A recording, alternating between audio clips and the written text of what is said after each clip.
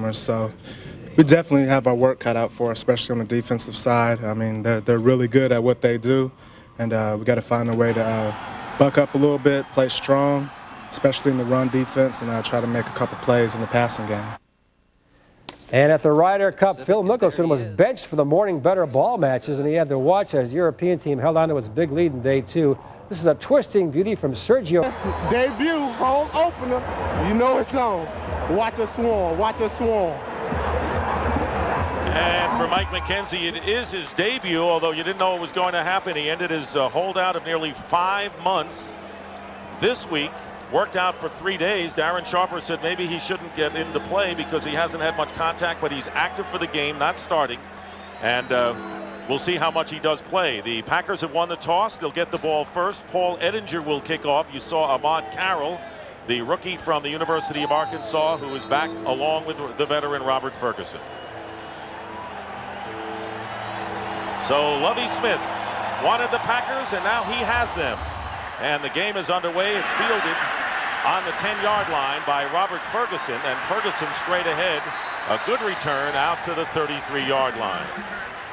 The offensive line for the Green Bay Packers, and of course Brett Favre, who just about sets or breaks a team or league mark every time he gets on the field. 26 straight games with a touchdown pass is one of the many for Brett Favre. The offensive line of the Green Bay Packers, not a dominant physical group, but very athletic. And you see right there, they have played together 31 times. That's what makes them better than many teams around the league. And Green, along with the Ferguson driver and the tight end, Bubba Franks, is straight ahead to Ahman Green, who had a career-high 33 carries in the victory over Carolina on Monday, gets 7 yards on first down. And the Chicago Bears defense, Ron Rivera is the coordinator there. And there you see the rookie Thomas Harris starting at defensive tackle. Adewale Ogunleye, acquired from Miami, is also in the line. And in the Lovie Smith scheme, Lance Briggs, the will linebacker, is a playmaker, but he's got one of the best in the business in the middle, and Brian Urlacher. And there's the secondary, the swing pass on second down to Ahman Green. And he will be stopped short of the 40-yard line. No gain, and Mike Green, the strong safety, making the tackle. And we showed you the Bears secondary, and of course very strong at the safety position in Mike Brown and Mike Green, and R.W. McQuarter starting at cornerback despite an ankle injury this week on top of his longtime hamstring problem. So with no gain, it'll be third down. 3 yards to go. This is an area that Green Bay excelled at versus Carolina last Monday night. Showing the blitz, but not coming. And here is Brett Favre with a keeper, or Ahman Green, and Green into Chicago territory. Brett Favre was the blocker, so he can still do everything at age 35, and Mike Green prevents a bigger gain after a 26-yard pickup. And that's what this offense poses as a problem to the defense. They will run or throw on first down. The Bears have everybody walked up into the middle, and a great play call by Tom Rosley. And there's Brett Favre trying to get a block on Mike Brown right there. And Tony mentioned he's into this game. He's loose, and you can see right there, the first series, Brett Favre having a little fun today. And Ahman Green coming off another 100-yard gain. This time Tony Fisher carries, and Fisher gets a first down to the 25. Najee Davenport was injured in the opener, won't play today, but Fisher can catch and run, and he runs for 12 on first down. And that's going to be a concern to Lovie Smith right now. The one thing he felt they had to do was come out and shut the running game down. He knows how good Brett Favre is at quarterback and what he's done in this rivalry between the Bears and the Packers. But his concern was not letting Ahman Green and Tony Fisher get on a good roll early in the game. And Mike Sherman, with a lot of respect for Fisher, undrafted rookie from Notre Dame last year, and the quick pass to Ferguson. And the Bears are right there, and a small gain of only 3 yards on the play, bringing up a second down. Lovie Smith, and in the pregame show, Moose talked about how Lovie got it done against this Packer team when he was with Tampa Bay and then later St. Louis. Of course, he had different personnel there as well. Yeah, it's going to take him a while. It's new to these guys, but coming here, I think when you talk about Tommy Harris, everybody's very excited about him. Lance Briggs and Brian Urlacher, and then Mike Brown and Mike Green as their safeties, and those are the key components in the style of defense that Lovie is implementing. Second down and 8, and movement, penalty marker down, and here is Favre, and this time he is carrying the ball, and Favre goes out of bounds, will pick up the first down. If the penalty is against the Bears, it'll be declined. We saw a Chicago lineman jump. The question is, was he drawn off? Offside, nose tackle of the defense. That penalty is declined. And it was Alfonso Boone, the nose tackle. Bernie Kukar, the referee, and the Packers will have the first down as they decline the penalty. Guys, that hard count was so good it almost made me jump down here. Brett Favre has a weapon with his hard count, and he's going to be doing that all day trying to keep this defense of the Chicago Bears off balance. Especially when they're enthusiastic and they want to really prove something early in the year. They'll get ready to jump. So it'll be first down and 10 at the 13-yard line. And here is Ahman Green. And Green again inside the 10. He was a workhorse, came out of the game. How many IVs did he have in Carolina on Monday night? So they had 3 IVs after the game, and that's a concern. You talk to Mike Sherman, and he's worried about Ahman Green as the game wears on. He wants to keep him around 28 touches. He had 33 touches last week, and then Najee Davenport is not active today, so they've only got Tony Fisher. He'll spell him, between the 20s, but he has to be on the field in the red zone. Second down and 7, and they are very much in the red zone where they were perfect against Carolina. And here's Green, and he is tackled at the 11-yard line by Alex Brown. So the Bears front line, a lot quicker, if not big, will bring up a third down and long for the Packers. There you see the Packers running as they did 14 of their first 19 plays on Monday were running plays. Green comes out of the game. Fisher will come in as a receiver. It'll be third down and 7.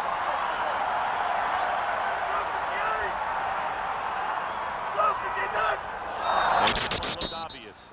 Chad Clifton, the left tackle, flinching. Told you that hard count's tough.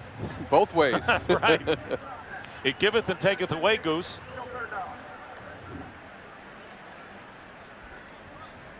So now third down and longer for the Packers as Mike Sherman, who knows how visiting teams come to Lambeau Field, and it's kind of like Notre Dame. You beat the Packers in Lambeau, it's an extra feather in your cap, and Lovie Smith wants to end a long domination, or at least start to, by Green Bay. Third and 12 on the 15-yard line. And here is Favre, and Favre completes it to Javon Walker, short of the first down, tackled at the 6-yard line for a 9-yard pickup. And Ryan Longwell looking for the field goal unit coming in, and he starts to walk on, and now will. You talk about these pre-snap penalties, the jump by Chad Clifton right there that cost him 5 yards. Why is that a big deal at that point? Because look at where they're short. If that play prior doesn't happen, I think that's enough yards for the first down. It changes what you can do from an offensive standpoint. You saw the Bears walked up showing pressure. They just dropped back. There's too many guys in the secondary to complete those deep passes. So Ryan Longwell attempting a 24-yard field goal, a chip shot for him, and he is good. So 2 for 2 on the year, and the Packers on their first possession jump out to a 3-0 lead over the Bears. Ding! You are now free to dip your toes in the ocean. Ding! Ding! You are now proud sponsor of the NFL and official airline of Super Bowl 39. And welcome back to Lambeau Field.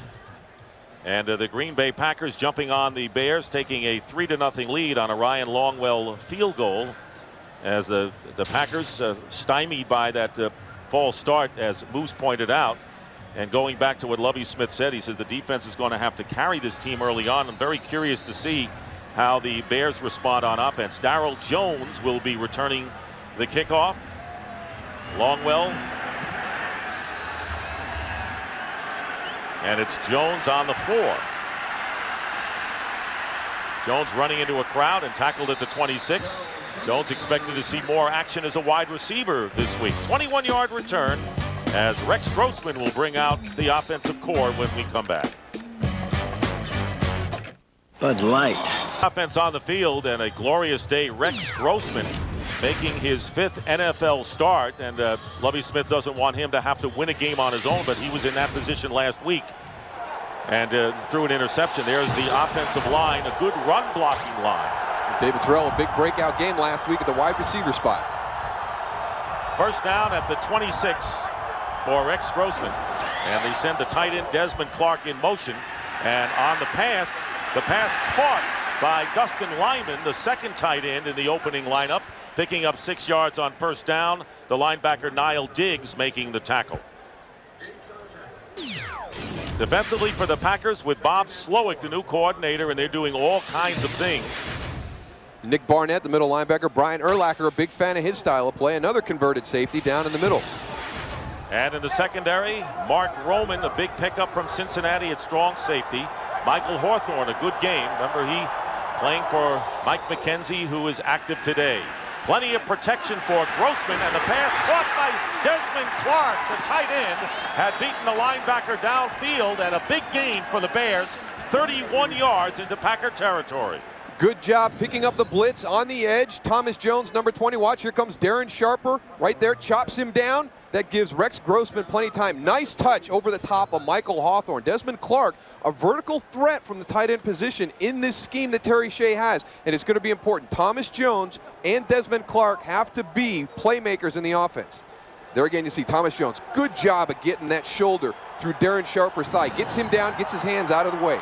And a first down for the Bears on the Packer 36, stunning the crowd somewhat.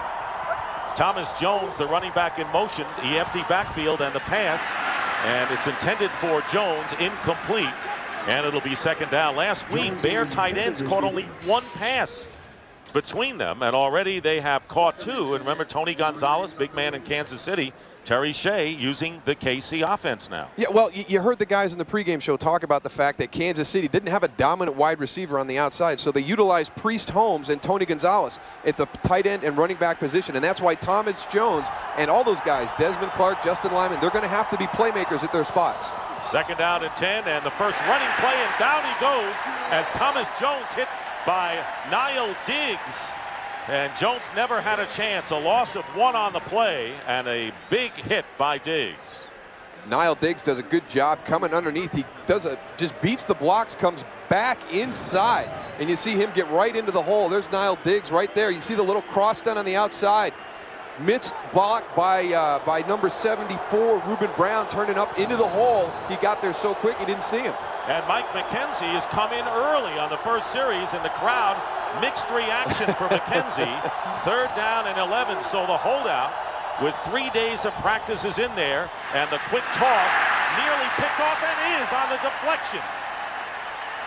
And now they rule it an incompleted pass. Trueluck, who really can rush from the other side, coming in, and David Terrell was the intended receiver off of his hands, incomplete. Arkel Trueluck, he's a defensive end that'll come in the obvious passing situations, rush the passer, but what Bob Slowick likes about him is he can also drop back and get into coverage. You saw right there, he was downfield covering the receivers. So on fourth down, Paul Edinger with a long attempt, a 55-yard field goal attempt, and it is a fake and a punt. And it is fielded by Darren Sharper, and Sharper goes out of bounds. So a fake field goal and a punt by Brad Maynard, the holder. Packers get it back, and after all of that, the Bears come up empty.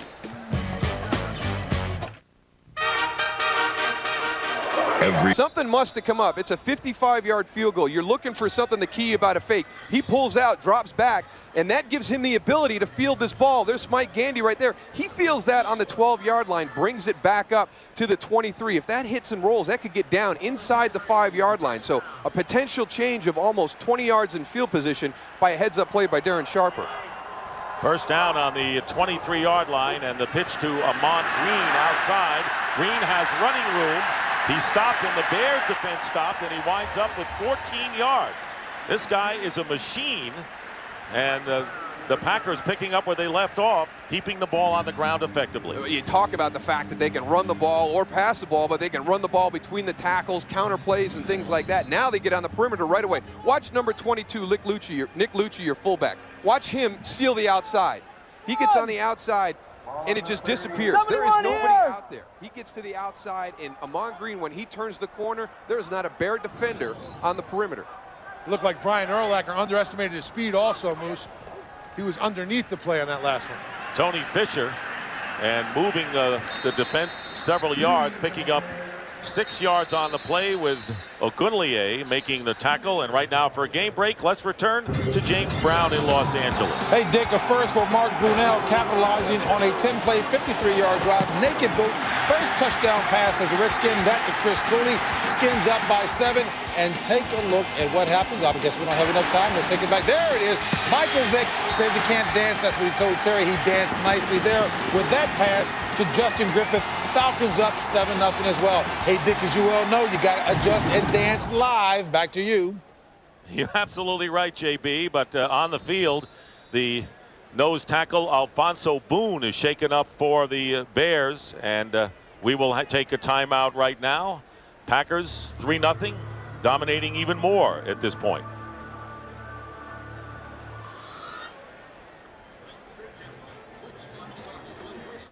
Here you go. 6:09 remaining in the first quarter. Well, this morning it was Falcon star Michael Vick who already has made an impact today. Now it's your chance to tell us you want to see go 10 yards with TB on next week's pregame show. Log on to foxsports.com on MSN and choose from LaDainian Tomlinson. Amon Green also a candidate, and he just carried Clinton Portis and Priest Holmes. Then tune in later today to see who was selected. Brian Urlacher on the tackle after a 1-yard pickup. These are the early leaders in the game. Brett Favre not throwing for a lot of yards, Moose. It's been Amon Green's show. Very similar game plan that they had against Carolina, and that was Lovie Smith's concern for Chicago, was trying to slow this running game down. But boy, you've seen them running the counter. They're going between the tackles. They're pitching it to the outside. So many ways to run the ball in this offense. 3rd and 4. The slant and a big catch made by Javon Walker, and now incomplete. He did not hold on to the ball, and what would have been a Packer first down is another punting situation for Brian Barker. This is the thing with Brett Favre, a guy that doesn't get to throw a ball a lot now in a row, but he's putting the ball on time. And Javon Walker has to make that catch. It converts a first down. It gives you another series of plays. And if you're going to run the ball and get into these 3rd and short situations, you've got to make them count when you have an opportunity to make a play. Veteran Brian Barker, and a good kick for Barker. R.W. McQuarters on the 13, and the Packers with good coverage knock McQuarters back. Great special teams coverage led by James Whitley. Only a 7-yard return, and so the Bears, trailing 3-0, get another chance. Sundays brought to you by Chrysler. Inspiration comes standard. By Pepsi, it's the Cola. By State Farm, like a good neighbor, State Farm is there. And by Hertz, it's your trip. Rent wisely.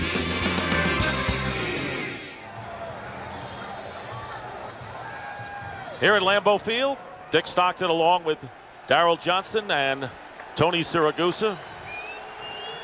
3-0 in favor of the Packers, and the Bears starting on the 20-yard line. Handoff to Thomas Jones. Jones, who scored 2 touchdowns, gets tripped up. Otherwise, he would have had a lot more. Nick Barnett making the play in the open field. Yeah, Thomas Jones, he was going to be outside. He had a blocker on the perimeter player there. You see, they're bringing the pressure up onto this side. Chicago does a good job. They've got their run play called away from it. Come out, kick out, Al Harris. There's Thomas Jones. Nick Barnett just gets him tripped up. Here's the guy down here. He's blocked. That was almost a big running play for the Chicago Bears. 2nd down and 8.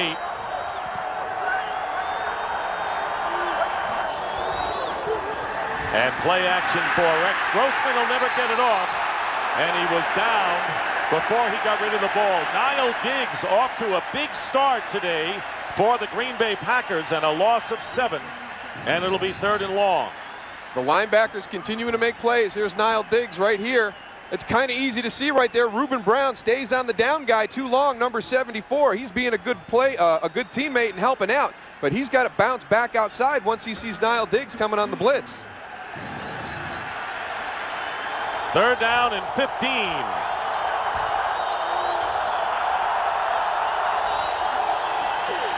And Grossman getting time and open, and making the catch is Bobby Wade. So given time, Rex Grossman looks like he has the touch, Moose, and an 18-yard pickup and move the sticks. There's it, 84, Bobby Wade coming to the inside, and now look, going to the corner route right there.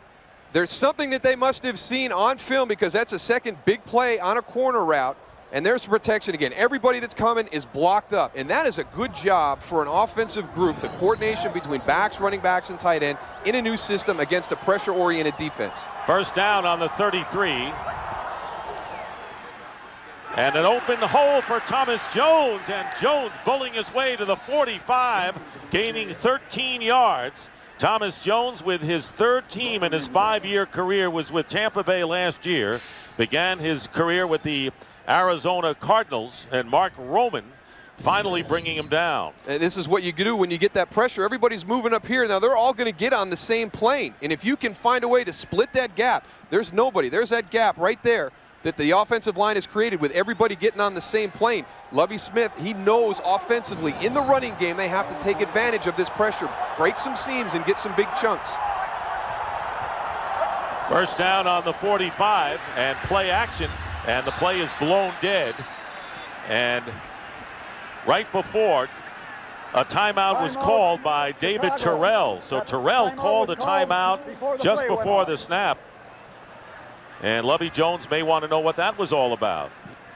So a timeout with just under 3 minutes remaining in the first quarter. The Packers leading the Bears 3-0. Motion, this is going to be an illegal motion penalty. You see right there, he stops, calls timeout, saves the Chicago Bears 5 yards. The only other thing he could have done is just get set and not continue to move. If both of those guys would have got set and held their position, they also would have been fine. First down and 10.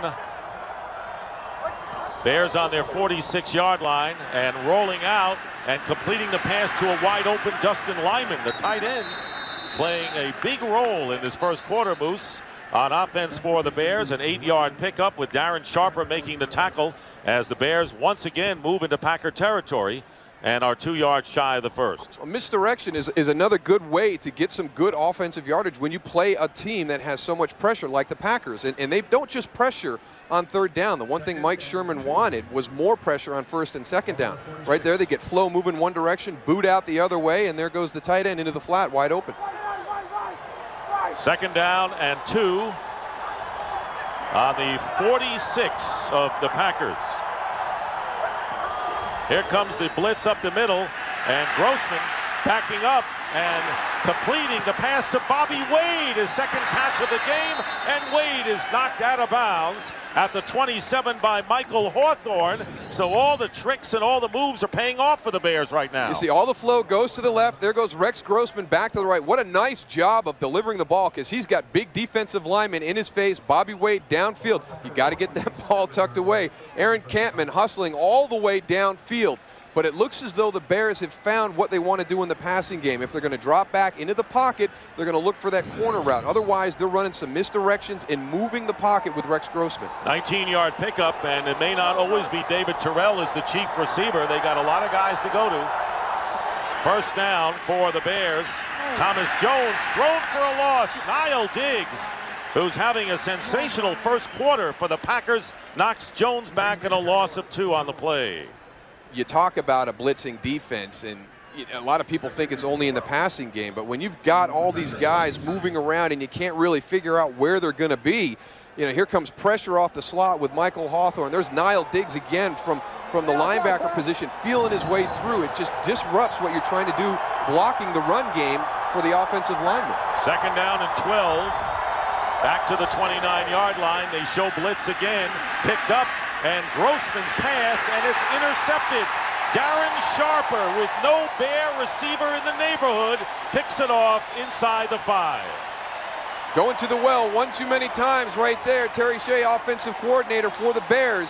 Hey, if you're going to keep throwing that corner route, you have to make an adjustment. Bobby Wade is downfield, but it's Darren Sharper who's going to make the play. Here he comes all the way across the formation, number 84. Rex Grossman a little bit too high, and he had a critical mistake in the game last week against the Lions when they had a chance to score the winning touchdown through an interception on third down instead of throwing the ball away, having another shot on fourth down. Right there, a costly interception that cost the Bears points. In, guys. And Grossman, who ended the game last week with an interception by Bracy Walker in the end zone by Detroit. Darren Sharper, 33rd career pick. And the Packers get it back on the 4-yard line. Here is Ahman Green.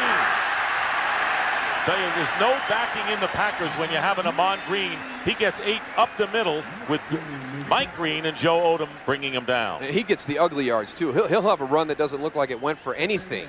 And then all of a sudden you look up and it's second down in 6. You know, he gets 4 yards that looked like nothing right there. Just the ability for him to change direction. He is in the hole, and that is the concern for the Chicago Bears defense, because with this counterplay, it can break anywhere, and they have got to be true in their assignments in this one-gap defense. They've got to make sure every hole is filled, or Ahman Green's going to find that opening. 7 carries, 59 yards for Green, and they're going to go back to Green, and the tackle is made at the 9-yard line, close to the first down. Mike Green making the tackle, a pickup of 3 on the play. So Ahman Green picking up where he left off, his 25th 100-yard rushing game against Carolina. Well on his way again today, and a timeout for a measurement to see whether the Packers have a first down. You know, Moose, you talk about Ahman Green. This guy is a guy you have to go and gang tackle. One guy is not going to take him down. He's such a strong runner. He runs through arm tackles. You have to go and have 2, 3, 4 guys try and gang tackle this guy early to try and wear him down. The funny thing is he's always falling forward, too, when he gets hit. And I'm not talking about yards after contact. I'm just talking about like that yard and a half every time he's tackled. And that'll be the end of the first quarter here at Lambeau Field with the score. The Packers 3 and the Bears nothing. Fox NFL Sunday will continue after these messages. Start of the second quarter at Lambeau. Moose Goose, yours truly, Dick Stockton. First down for the Packers, who got the ball back on Darren Sharper's interception. 71 over here. There's the ace linebacker, Brian Urlacher. 71. Kevin Barry is in the game as an extra lineman up front, and a couple of injuries for the Bears that we'll tell you about. Play action for Brett Favre on first down. He's got a lot of time for Javon Walker, and Walker makes the catch. Between 2 defenders, perfectly placed, 44 yards for the old man, can still do it. I guess we know that. That's just an unbelievable throw. He's got 2 defenders right there. There's the play action because the run game's been so effective. Bobby Gray, number 25, and Charles Tillman, number 33, are there, but that is just dropped right over the top. And Javon Walker, who dropped a slant, an easy play, makes a great catch there over the shoulder, coming straight over the top. Brett Favre, I tell you what, that is something special right there. And as far as the Bears, Tank Johnson, and a number 2 pick from Washington, in for Alfonso Boone, who came out with the knee injury. Gandy has also been replaced on the other side. Meanwhile, Donald Driver, with his first reception of the game, picks up 8.5 yards with McQuarters defending him. So the big play for Brett Favre, and as he pointed out, they had Ahman Green doing it all against Carolina, but now Favre gets into the act as he always does against Chicago. And it's the play action. I mean, the ability, you have to respect the run, you have to respect Ahman Green, and then all of a sudden you've got Javon Walker going 40 yards downfield. And now look at this drive. The first 15 plays, we've got 11 runs. Now we come out, we've hit 1 big pass play and followed it up with another completion. And the pitch to Ahman Green. Green breaks a couple of tackles. Yeah, you're right, Tony. You got to gang tackle him. 1 or 2 guys grasping it won't get it done, as he's down at the 25 by Tommy Harris. He'll take your shoulder right out of the socket if you let him. The surprising thing is when you see him, you don't expect him to have that much power and that much strength. There's Mark Tauscher out in front, Nick Lucci. Those are some big bodies out in front of him. Watch right here, though. He's got that little gap, and as he bursts through, that's Tommy Harris, a defensive tackle that gets a hold of his jersey, and he just drags him 4 more yards down the field. So the Packers now on the Bears' 25-yard line, and here is Ahman Green. And Green gets a couple of yards, and right now for a game break, let's rejoin James Brown in Los Angeles. Hey, Dick, Carolina trying to rebound from last week. Take a look at Delhomme, spun around by Monty Beasley, throws it up for grabs. Guess who's there? Chris Mangum, just like the coaches drew it up, and Carolina on top, 7-3, that in the first. Back to Dick, Daryl, and Tony. These quarterbacks from Louisiana, they have no fear of throwing that ball into areas. Brett Favre historically has always had that down in the southern part, down when he was at Southern Miss, and Jake Delhomme reminds you a lot of him. He's not afraid to try and put the ball in a spot that the coaches cringe when it comes off his hand. Boy, Panthers playing shorthanded and taking the lead in KC. Pretty good work. And the handoff to Fisher, and Fisher is down, a loss of about 3 yards on the play. And that was Michael Haynes, rangy defensive lineman, and a loss of 3 yards for Fisher. Right now, as far as run and pass, the Packers have run 14 times and passed 6. Defensive coordinator Ron Rivera right there. This is going to have to be the group that carries this team right now, and they've got their hands full this afternoon. You see them; they've come off the goal line in this drive. This drive started back at the 4-yard line, so you expect run. And what's the first thing that Green Bay does? They go for a home run with Brett Favre and jumpstart this entire drive. 3rd down and a little more than 10 from the 25, and there is Favre dumping it off to Tony Fisher, and Fisher is stopped. Bears doing a terrific job of short-circuiting the Packer drive when he had on that big pass to Walker. Loss of 1 thanks to R.W. McQuarters. So it is 4th down, and Ryan Longwell will come on to try the field goal. Remember that this drive started at the 4-yard line after Sharper had intercepted Grossman. And so now it'll be Longwell with a 45-yard attempt. Was good from 25 in the first quarter.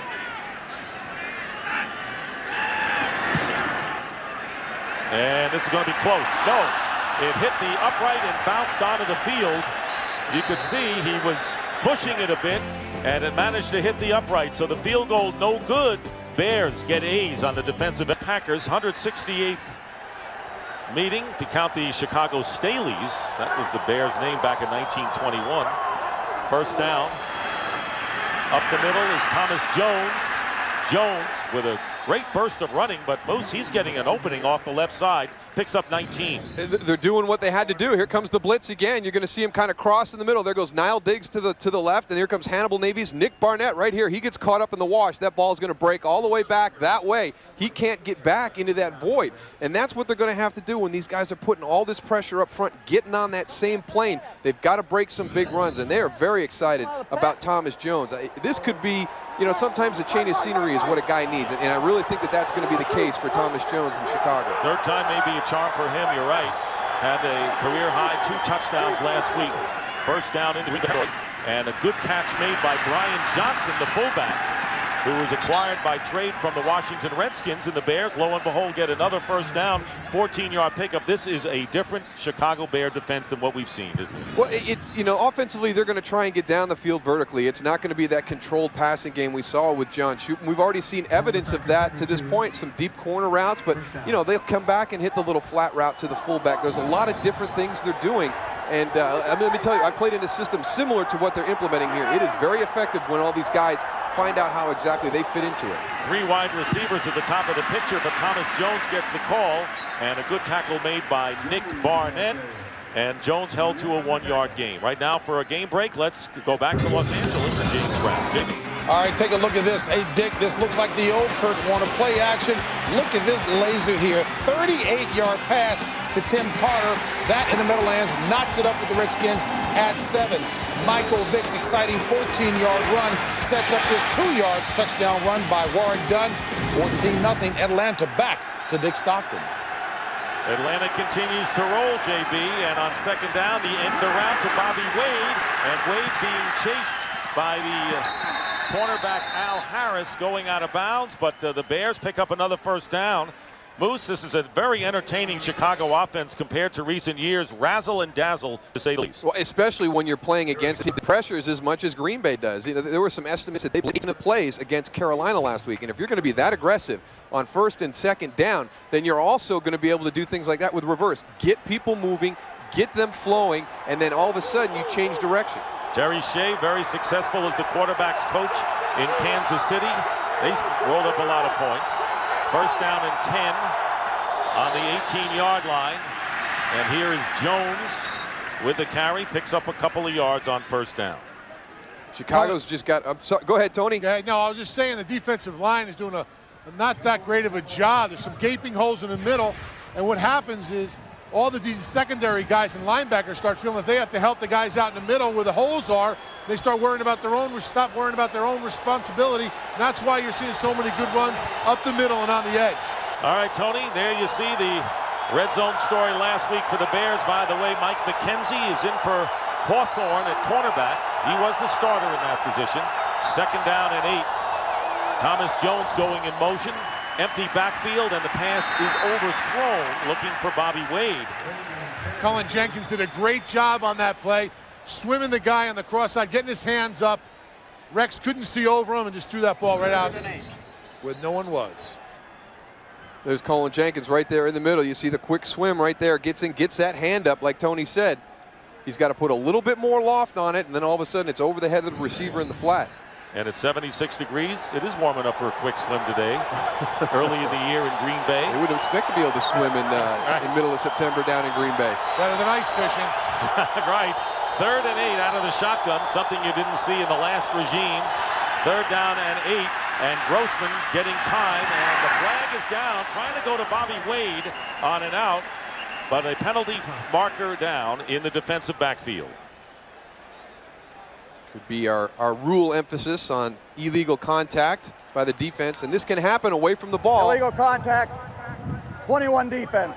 That's a 5-yard penalty, automatic, first down. That's exactly right, Darryl. Bao-Ju called for illegal contact after 5 yards. They're watching it very closely and trying to open up the game for more offense, frankly. And it can happen away from where the ball was intended. As long as the quarterback is still in the pocket and the ball has not been thrown, they can throw it. You can see right there, Bao-Ju just a little push on the receiver as he passes him by, but it's beyond 5 yards, and you can't do that. They all know it. We know what happened during the preseason.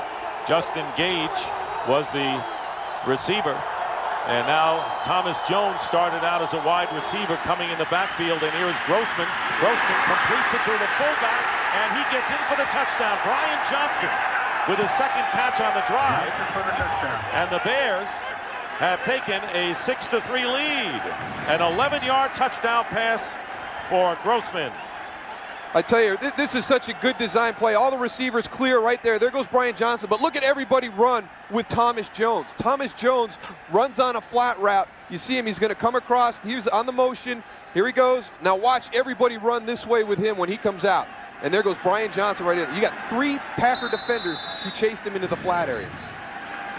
And Paul Edinger with his unorthodox style, kicking the extra point, and the Bears taking a 7-3 lead. So here the Packers going 72 yards and getting nothing in their last possession. The Bears make it count and take a 7-3 lead. Rex Grossman, his first touchdown pass of the season to fullback Brian Johnson. And the Bears with a 65-yard scoring drive, and right today they're using running backs, they're using tight ends, several tight ends. And the kickoff by Edinger, and it's taken by Ahmad Carroll, rookie from Arkansas, takes it out to the 31-yard line. 14-yard return by Carroll.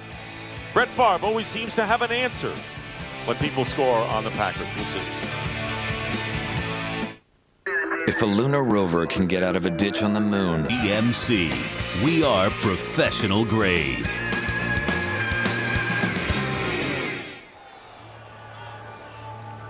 Guys, you talk about Rex Grossman, how he's doing such a great job back there, but it's really his offensive line. If you take a look at this play, right in front of him, he goes and has a huge gaping hole, not only for the run, but for the pass. Rex is not a real tall guy, but he can go and stand right in there in the pocket when he has no one in front of him. It's such an easy throw to his fullback right there and get the touchdown. Packers with a first down on the 31, and here is Ahman Green.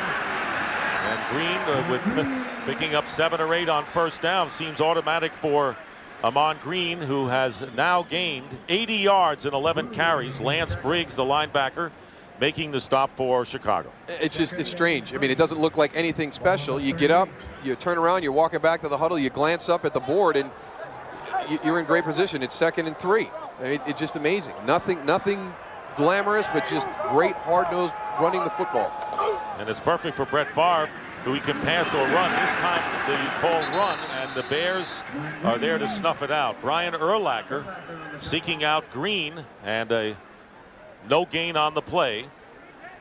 And it'll be 3rd down and short. And this is what I'm talking about when Ahman Green finishes a run. This is Brian Urlacher. Okay, he's going to come up. He's going to meet him right in the hole, right here. and look who goes forward.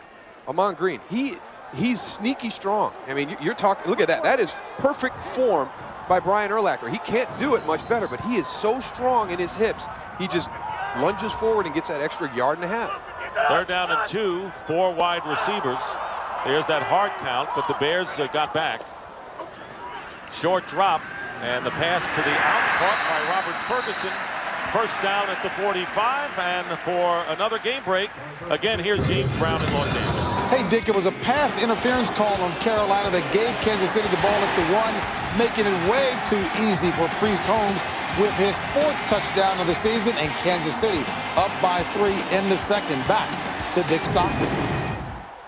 All right, JB, and of course, talking to Terry Shea yesterday, he says we're looking for a Priest Holmes type, and he says we always tracked Jones, Thomas Jones, when he was in Kansas City, now with the Bears. Yeah, Priest coming off that hip injury, they weren't sure if he was going to be able to be 100%, so they had looked at Thomas Jones as a possible replacement then. 1st down, going deep for Donald Driver, and the Bears were closer, and we have an interception. Mike Green returning it for Chicago.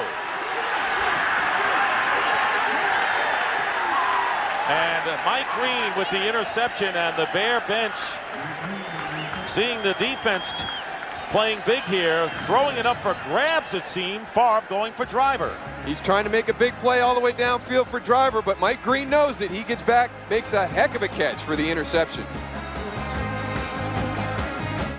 At last, you can watch the greatest Star Wars battles on DVD. Challenging the ruling on the field. They feel the receiver was down by contact. And they have a good case.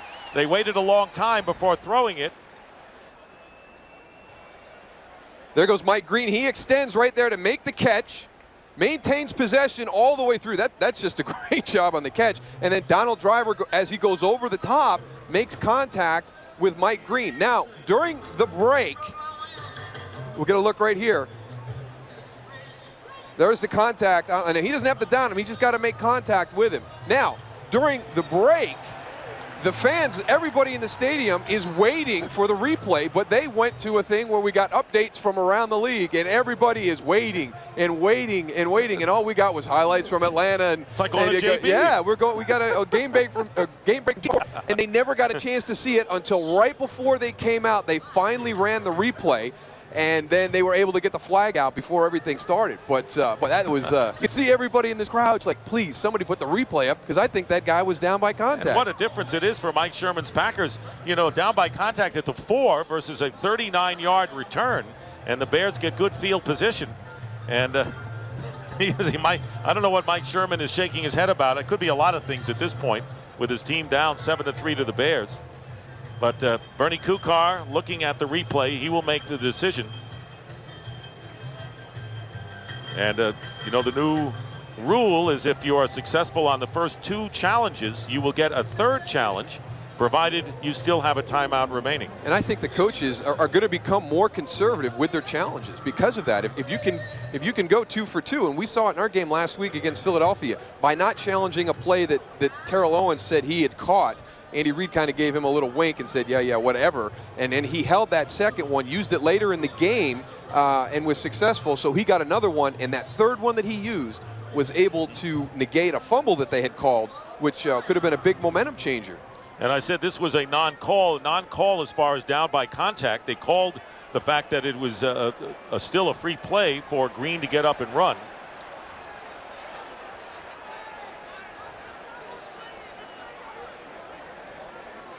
Once this play goes under review, the entire play is under review also. But Mike Green does such a good job. That is an interception, but they could be looking at the fact, does he possess the ball all the way through the catch, and does it not come loose when he hits the ground? You can see right there, that is an outstanding interception by Mike Green. His 2nd in as many weeks, and his 3rd of his career. Picked off one against Joey Harrington last week in the opener at Soldier Field against the Detroit Lions.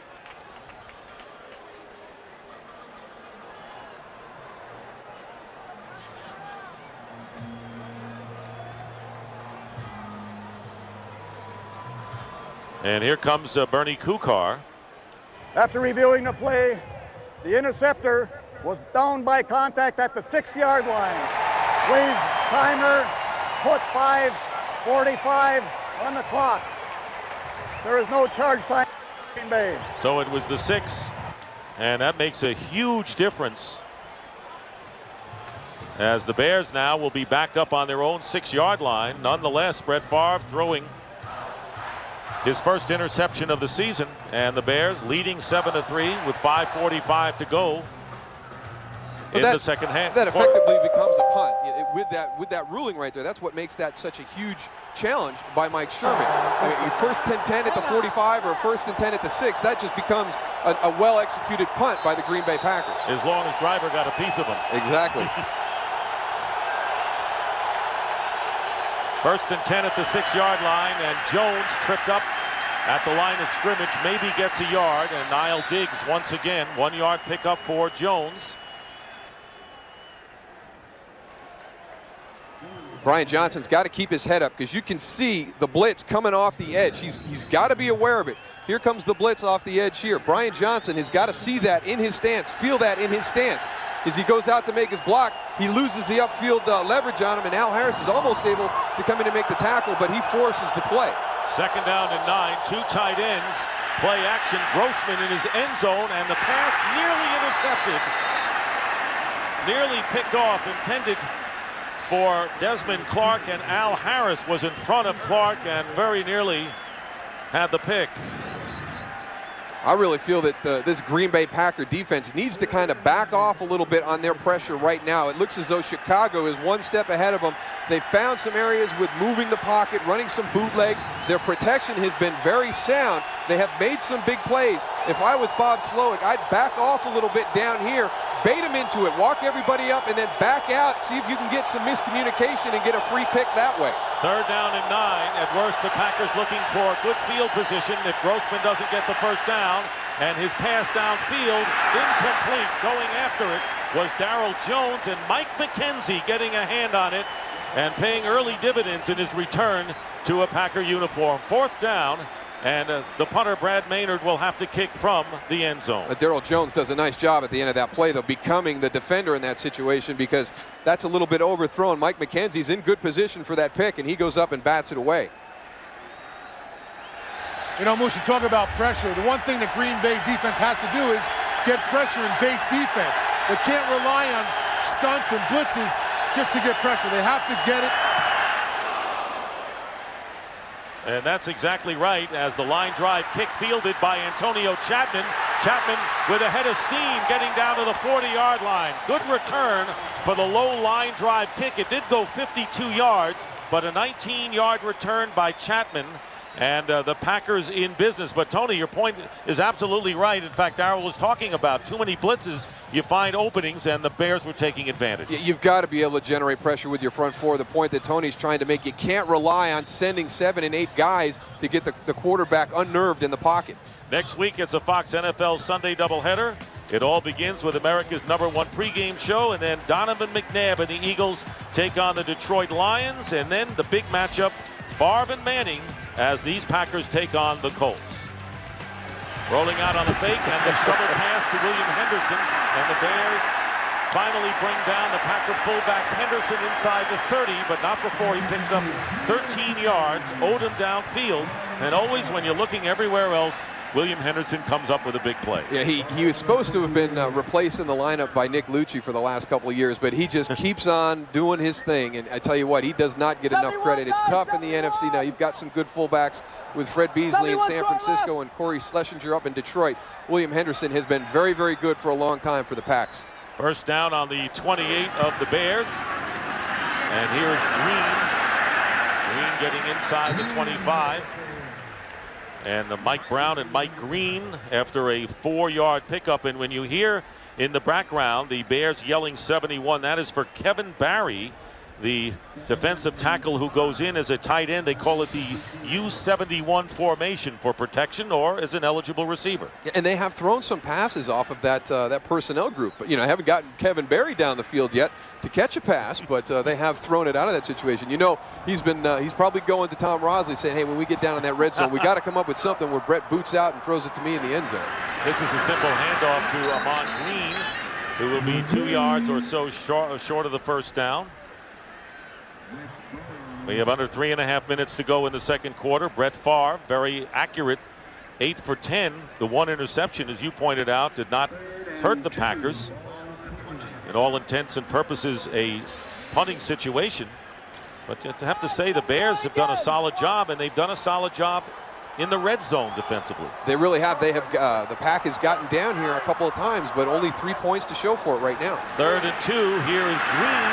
Green will get the first down, and he drags Ogunleye with him. So it'll be a first down inside the 15 after the 7-yard pickup by Ahman Green. The confidence that they have in their offensive line and their running game. We saw last week against Carolina that 3rd and 6, 3rd and 7, they're running the football for the first down, and it's because of this guy. And watch him let the play develop in front of him. As soon as he sees that hole, right there, he explodes right through. Look at him get his shoulders square. And again, running through arm tackles and always falling forward after contact. Think he'll get 100 today? Well, we have 2:20 remaining in the half. He has 95 already. First down on the 13-yard line, a chance for more. And there's the patience again. He's got over 100. And more important, appears to have a first down for the Packers as he is driven out of bounds. Mike Wall with a terrific tackle, the left guard for the Packers. They come back intact. One of the better, I don't know if you could say underrated offensive lines in the league. Just a great job of play calling by the Packers right now, because what this Bear defense does, they like to penetrate and get upfield on the inside, and what they're doing now is running on the perimeter. They're getting the ball out on the edge very quickly, and there is a ton of space for Ahman Green once he turns that corner. And there is the 2-minute warning and the 26 100-yard game for Ahman Green. Club record, but the Packers are thinking 6 right now. They have a first and goal at the 2-yard line. Looking to regain the lead, and here's Green, hit, fumbles, and it's picked up by Mike Brown. Mike Brown picking up Ahman Green's fumble and may go all the way. 95 yards for the touchdown. No penalty flag back. And it was Brian Urlacher who hit Green in the backfield, lost the ball, and Brown recovers it and scores. What a shocker. What a big turnaround. The Bears had a turnaround like this go against them last week in Detroit on a blocked field goal. Ahman Green going in. There's Brian Urlacher, strips it loose, and then there's Mike Brown to scoop and score right there. Brett Favre tries to get out there to force him back to the middle. But look at the Bear defenders all get downfield to block all the Packers off. What a great job of hustle. And Ahman Green, who fumbled a lot in the first 7 games last year, losing 5 out of 7, and then did not fumble the rest of the way, but the Bears elated on the 95-yard return of the fumble. And Paul Edinger for the extra point. And the kick is good, and the Bears lead 14-3 when it looked like the Packers were going in to regain the lead. Not so fast, Soldier.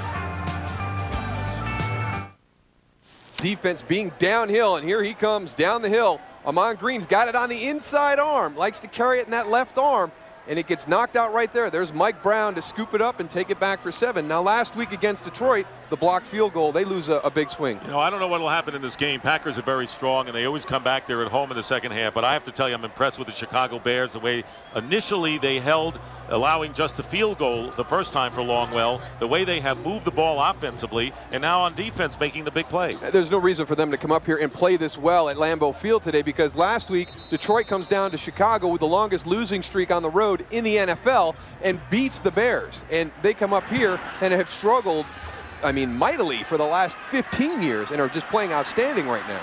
Antonio Chapman returning the kickoff, and he is stopped after crossing the 15-yard line. And it's still early, but you can it's palpable that you can sense the Chicago Bears are a cohesive team, and they're an aggressive team making hits. And there is the hero, Mike Brown, who returned the second longest fumble return in team history. And that's a long history. And it was George Halas. George Halas himself back in 1923 who returned a fumble 98 yards. We covered that game, I think. It must have been somebody else. No, I think we were there. You were there. I might have been kind of young at the time. First down for the Packers on the 17. Pump fake by Favre. And this one is caught And the pass caught by Bubba Franks. And a gain of 9. Coming up on the Visa Halftime Report, JB, Terry, Howie, and Jimmy will have scores and highlights from around the league, and the Fox Sports ticker has up to the second scores and stats. 2nd and 1, the slant, perfect. First down, Javon Walker, and in 2 plays, the Packers are up to the 44-yard line. That's what you got when you have Brett Favre as your quarterback, and they have been very effective running the ball, controlling the flow of the game. But now they're in that 2-minute situation, and you can see the other dimension that this offense has that poses problems for the defense. Brett Favre just getting back and turning the ball loose. And the Packers call their first timeout. Remember, they challenged the ruling on the field, and the challenge was upheld, so no timeout was called against Green Bay. So there's Javon Walker, who caught only 1 pass last week against the Carolina Panthers, but you know he's going to be more of a producer this week.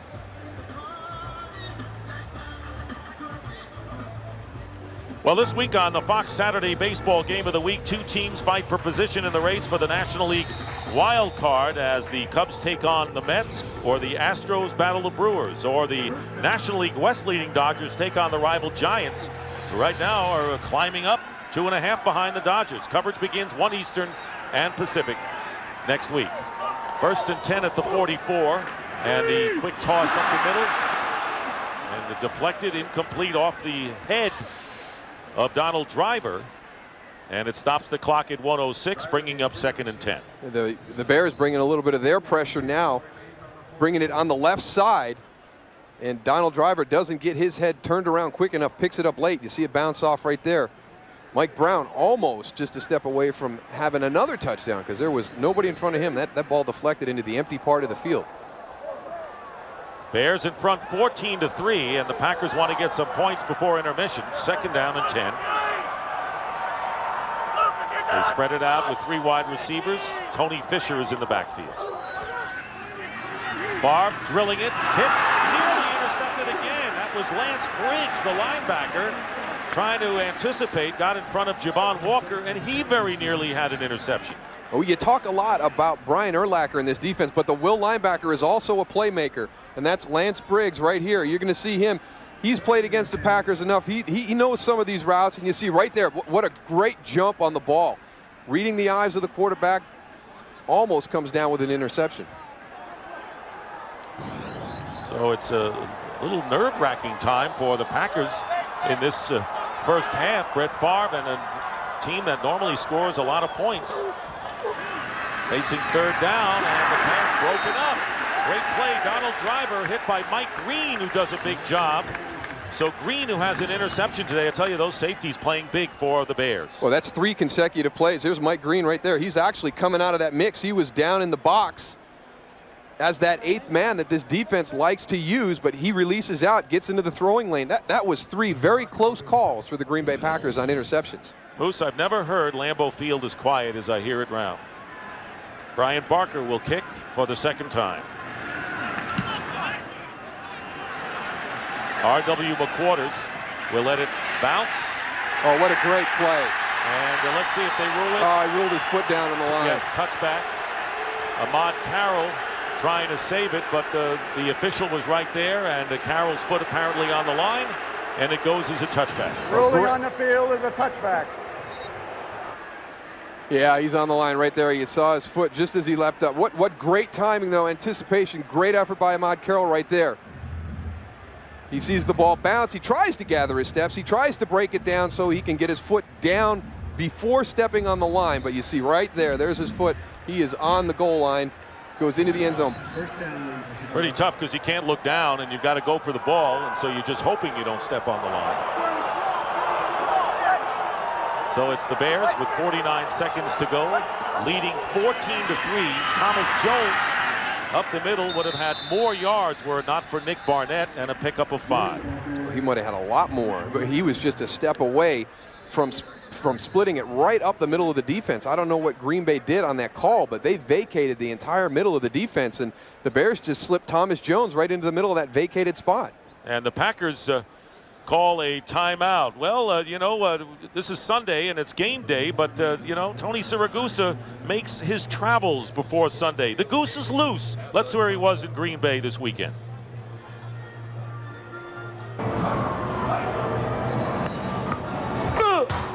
I was in the green dot. Ooh.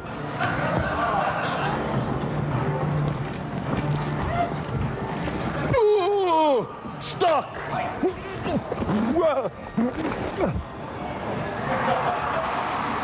Well, that was at the Packer Arcade near Lambeau Field, and it's been an arcade for the Chicago Bears in this first half.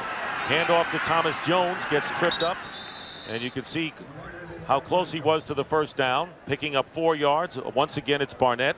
Two big components of the Bears defense, Mike Brown and Brian Urlacher, as the clock continues to run under a half a minute to go. Packers had used their second timeout moments ago, will not use another one. The Visa halftime report is coming up, and intermission as well. Well, a stunner here, especially in the last series when the Packers apparently were going in, and the fumble returned by Mike Brown for the touchdown, a 14-3 lead. So really a shockingly silent crowd here at Lambeau Field as the teams leave with the Chicago Bears in front. And you know there'll be adjustments during the intermission as well. Ryan Longwell accounting for the only points for the Packers. It's the end of the first half, 14-3 the Bears lead. Fox NFL Sunday will continue with the Visa halftime report after these messages and a word from your local Fox station.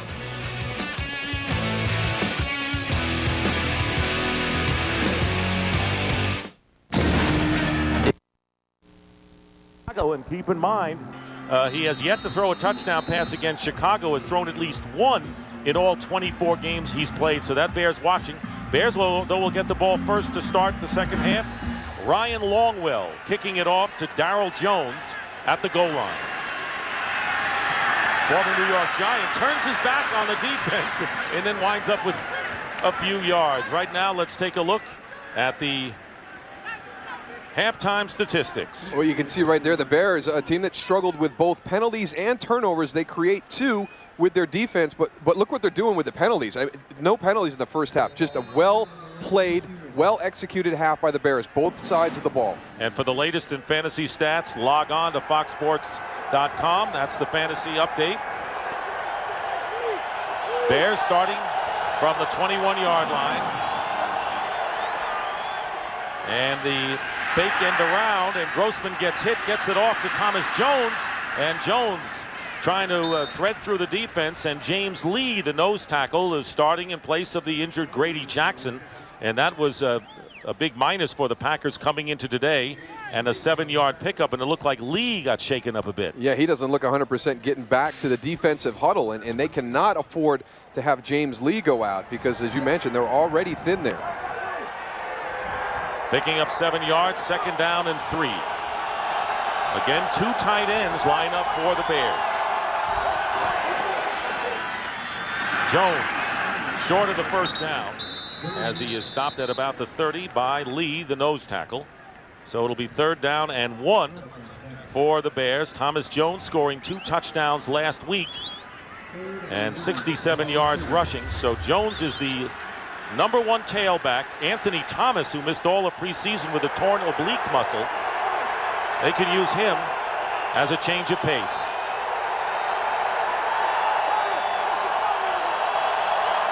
Packers tightening up on 3rd and 1. They go to Jones. He finds an opening, and Thomas Jones racing for the end zone. One man has a shot, and that is Al Harris, who makes the grab.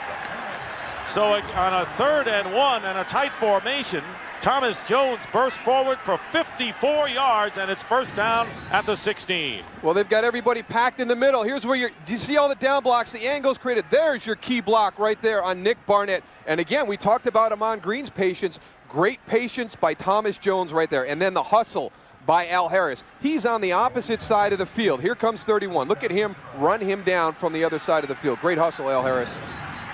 And Jones with 100 yards even on 12 carries. And it'll be first down for the Bears on the Packers 16. And they go again to Jones, and another first down. Thomas Jones, the tailback, going up the middle as if the Bears defense not even there, getting 11 yards. Well, the Packers had everybody up in the defensive front on the long run on the 3rd and short. Here they're playing kind of a standard set. Nick Barnett right there. He's going to overrun this play, and the vision of Thomas Jones now to be able to get backside on him right there. Talk about how quiet it was before intermission. Now it's kind of frustration echoing down here at Lambeau. And the handoff is to Jones, getting down and to the 1-yard line. And in the end zone. I think he fumbled into the end zone. Fumbled in the end zone. No signal is given. And the official coming up, placing a mark down at the 1-yard line or half-yard line. So no touchdown. And let's see whether he did indeed fumble or was down by contact. Lost the ball. All he had to do was cross the plane, but he had to have possession in crossing the plane, and he did not. Yeah, and he was down by contact, so it is not a fumble. What it is second down and goal, about a foot away. And there is the touchdown by Thomas Jones, capping what has been almost a one-man gang on that offensive drive, getting 54 yards and then a 1-yard run and really shredding the Packer defense. Well, what happened there, Green Bay thought they saw somebody move. Look at Darren Sharper, number 42 over here, number 23, Darren Sharper, and 42. They're pointing, trying to get him. Here comes Darren Sharper into your screen. They thought that they had moved. They all stand still at that point, and the Bears continue to finish the play. So strange happenings here at Lambeau Field, and the Packers trying to avoid a huge setback, but the Bears have taken a 21-3 lead on Edinger's extra point. A 6-play, 79-yard scoring drive, and it's Mr. Jones bearing the brunt with the TD.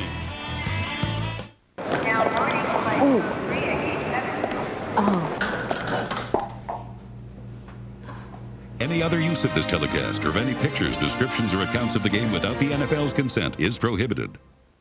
Fox NFL Sunday is brought to you by Nissan and your Nissan dealer.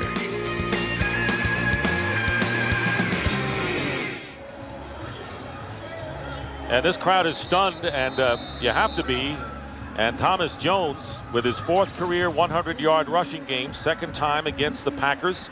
As you look at the scoring drive, you know, he caught a 7-yard pass as well. He counted for every yard in that scoring drive. Ahmad Carroll, flag is down, and Carroll is tackled at the 25-yard line. Well, if any team can come back from that kind of a deficit with the likes of a Brett Favre, the Green Bay Packers can do it. But they have given no indication. The Bears' defense has been big. Holding 21 of the offense during the run back. It's Bauju. 10 yards, first down. The big thing that Green Bay can't do right now is panic. You mentioned the fact that they've got Brett Favre, but you got to stay with the game plan. Keep pounding them on Green at that front. Get ready. Nissan's gone full size with the Titan, Nissan's new full-size truck. Get a full-size engine, the most powerful standard V8 in its class. Full-size towing up to 9,500 pounds. Full-size ground clearance, best in class. For a limited time, get 2% financing for 60 full months or $1,500 cash back on Titan. Visit your Nissan dealer. This full-sized offer ends soon. Every battle just got better. The Star Wars trilogy for the first time ever on DVD. Experience all 3 films in a whole new way. Own it Tuesday. Mike, can I talk to you for a second? Did you know you went over your soccer minutes this month? That's gonna cost you $194.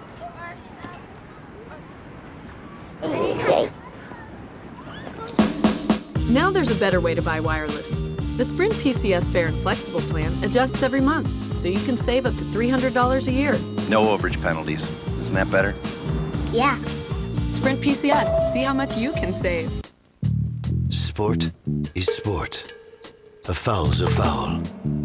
And a bat's a bat, even if it's flat. 10 feet on the west side is 10 feet on the east side. Football is football. Unless it's football. Now, a win's a win, a loss is a loss. But no matter what, you better come with it. Because it's 90 feet to first, no matter where home is.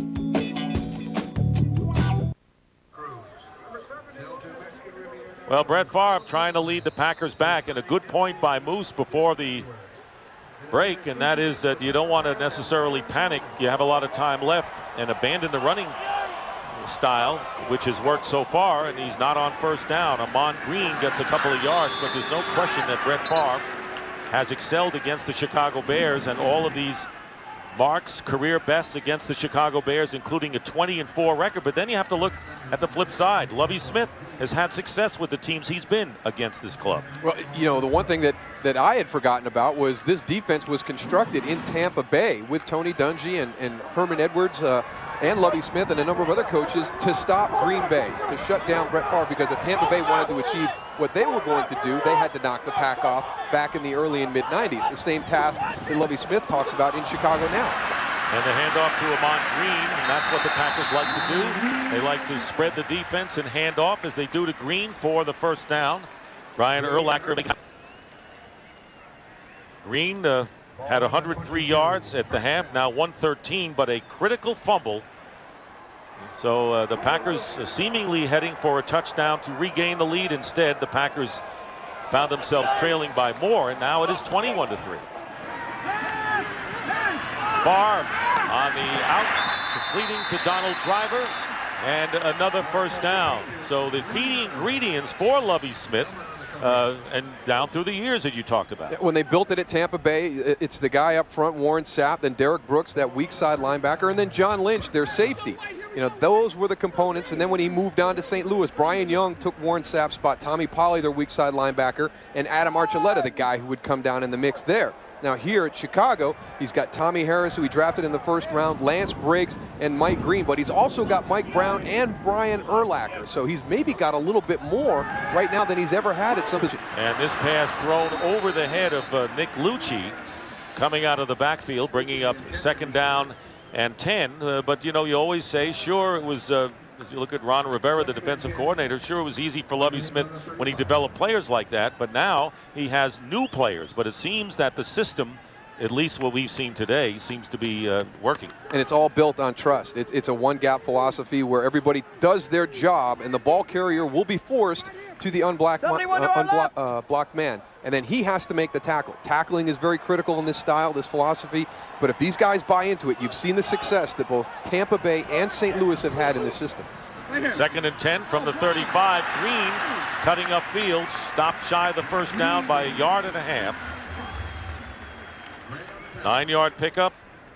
Wally Ogunleye making the tackle. Ogunleye acquired in a major trade from the Miami Dolphins. 15 sacks last year, leading the AFC, a speed pass rusher.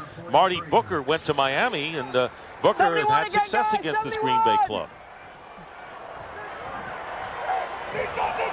Third down and 1. And here's Green with the first down. So you said it, and underscoring your points again, to be patient.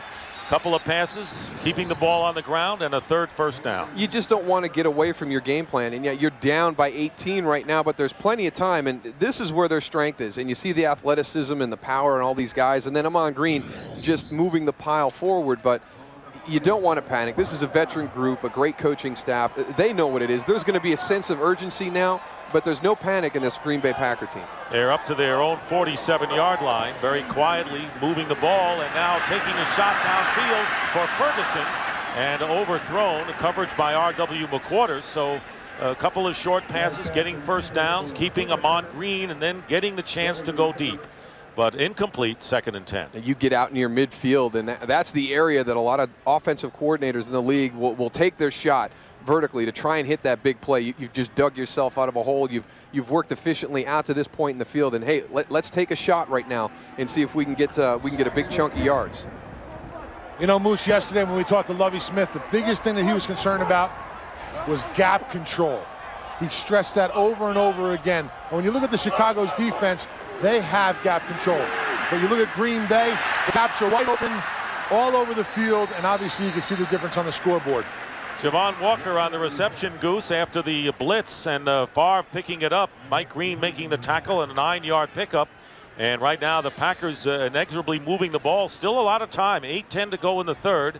And they now have the ball at the 44-yard line. It'll be third down and about a yard.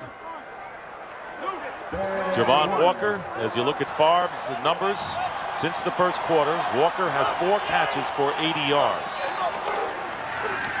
Fisher diving and very close. Brett Favre, everyone talking about, well, how many more years is he going to go? It is a first down for the Packers.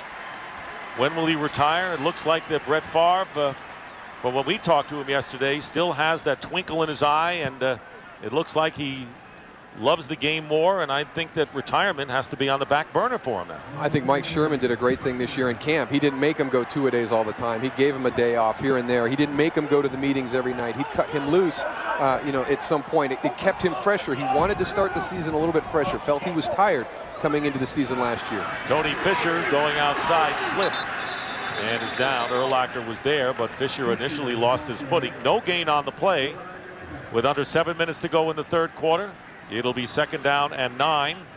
Very quiet here if you've just joined us here at Lambeau Field for good reason. The Bears lead the Packers 21-3 as the Bears look to end a 7-game winning streak by Green Bay. And they have totally dominated the Bears ever since Brett Favre became the quarterback. 2 tight end alignments, second down and 9. And the pass batted down at the line by Ogunleye. So it'll be third down and long, and the 12th play of the drive coming up. When you run this type of play action, you've got to get the end man on the line of scrimmage. You've got to get his hands down. William Henderson flashes in his face. Amon Green comes up, but he doesn't get him to the ground. That gives Adewale Ogunleye the opportunity to get up and get his hands in the throwing lane. You got to cut that guy down so he can't jump up and bat the ball away. Third down and 9. Packers are 5 of 8 on third down conversions. 2 for 2 on this drive. Favre operating out of the shotgun. Gets time, and the pass thrown underneath. Close for the first down to Tony Fisher. Boy, got a bad spot. Maybe a yard. Yeah. Now the official marked it short. I know the yellow line is not official. No, I was talking about the official where he spotted the ball. I agree with you. I think Fisher was much closer to the sticks than the official gave him credit for. Because he does a nice job of catching this ball. 71.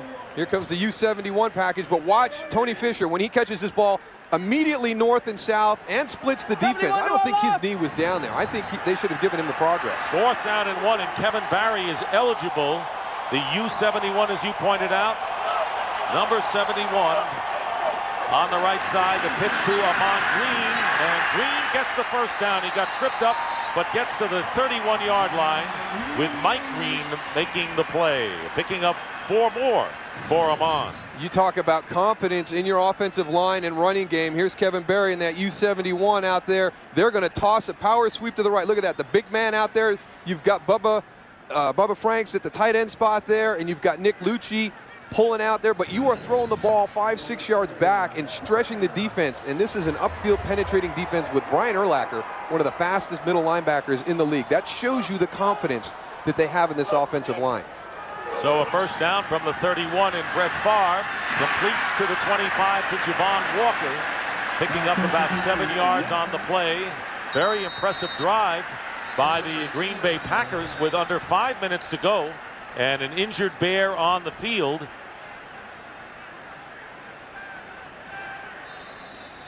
And it's Charles Tillman, the cornerback.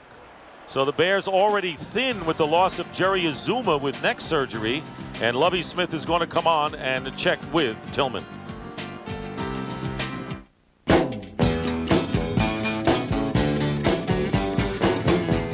There's Charles Tillman, finally off on the field.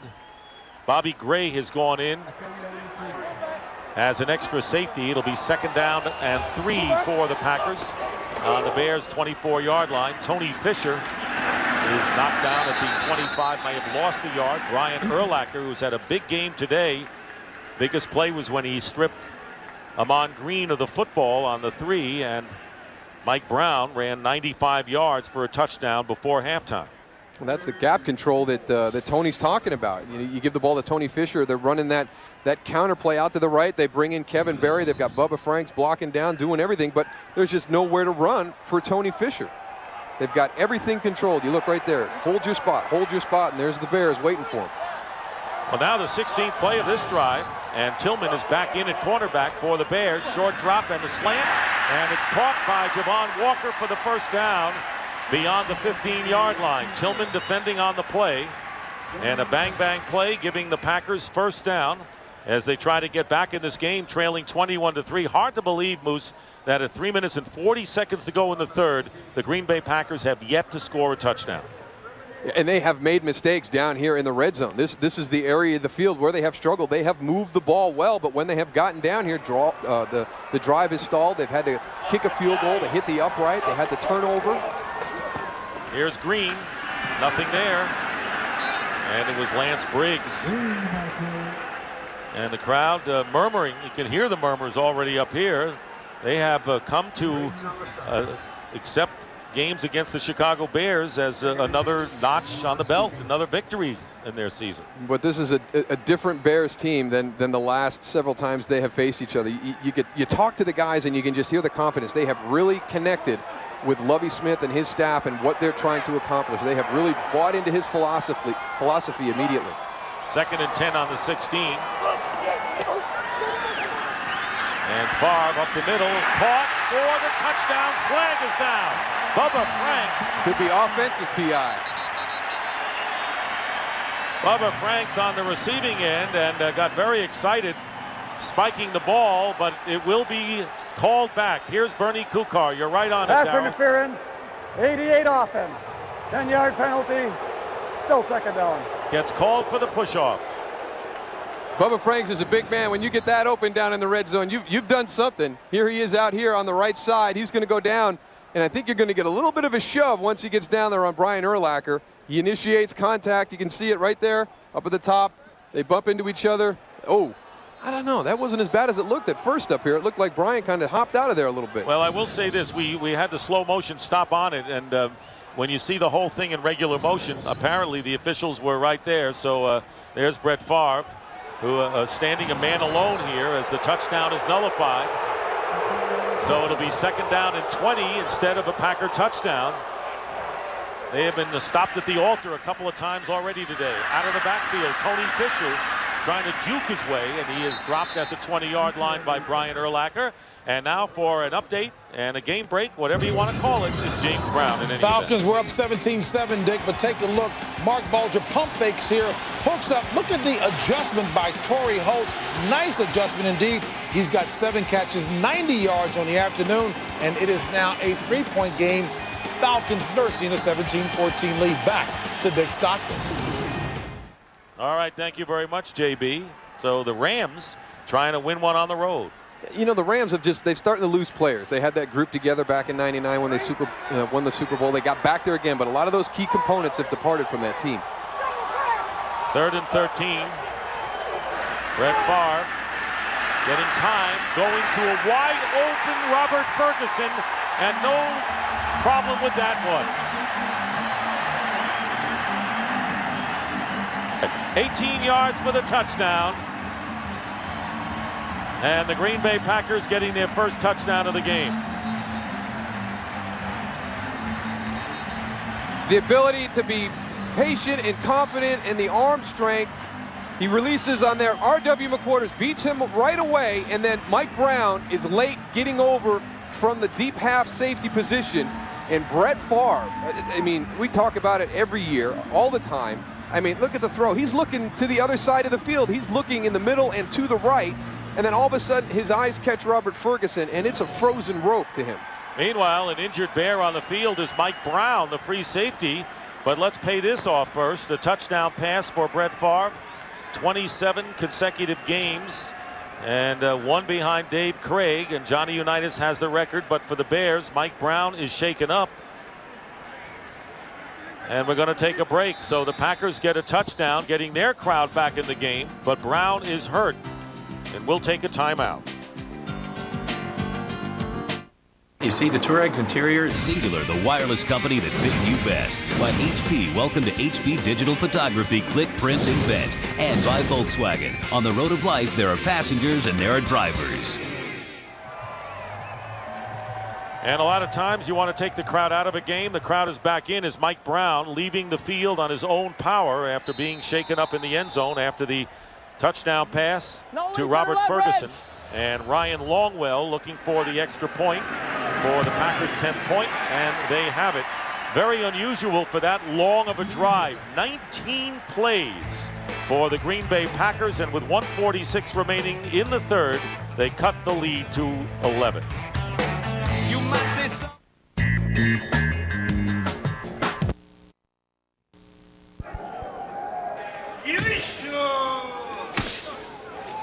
Just a external motive.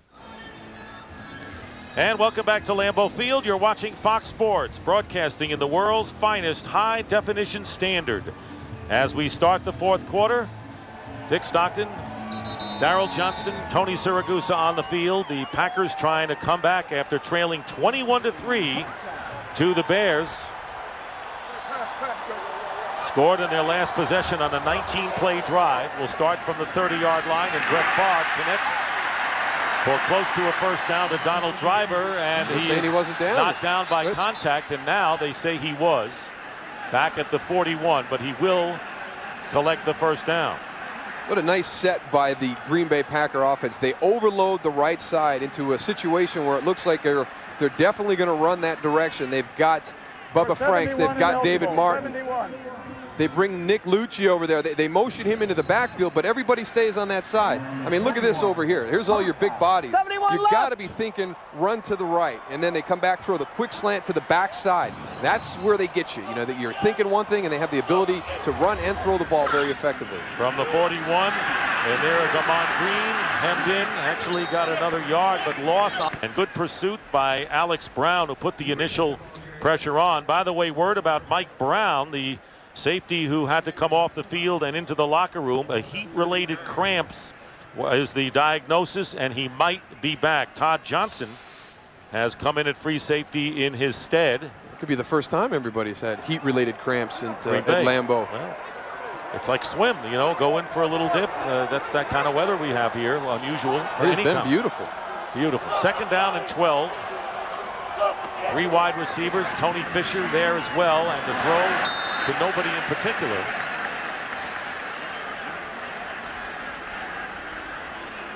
There's two big plays right there by the Bear defense. The first one on that running play, just getting the penetration, forcing them to lose yardage, and then right there, a miscommunication between Robert Ferguson and Brett Favre puts him in a 3rd and long.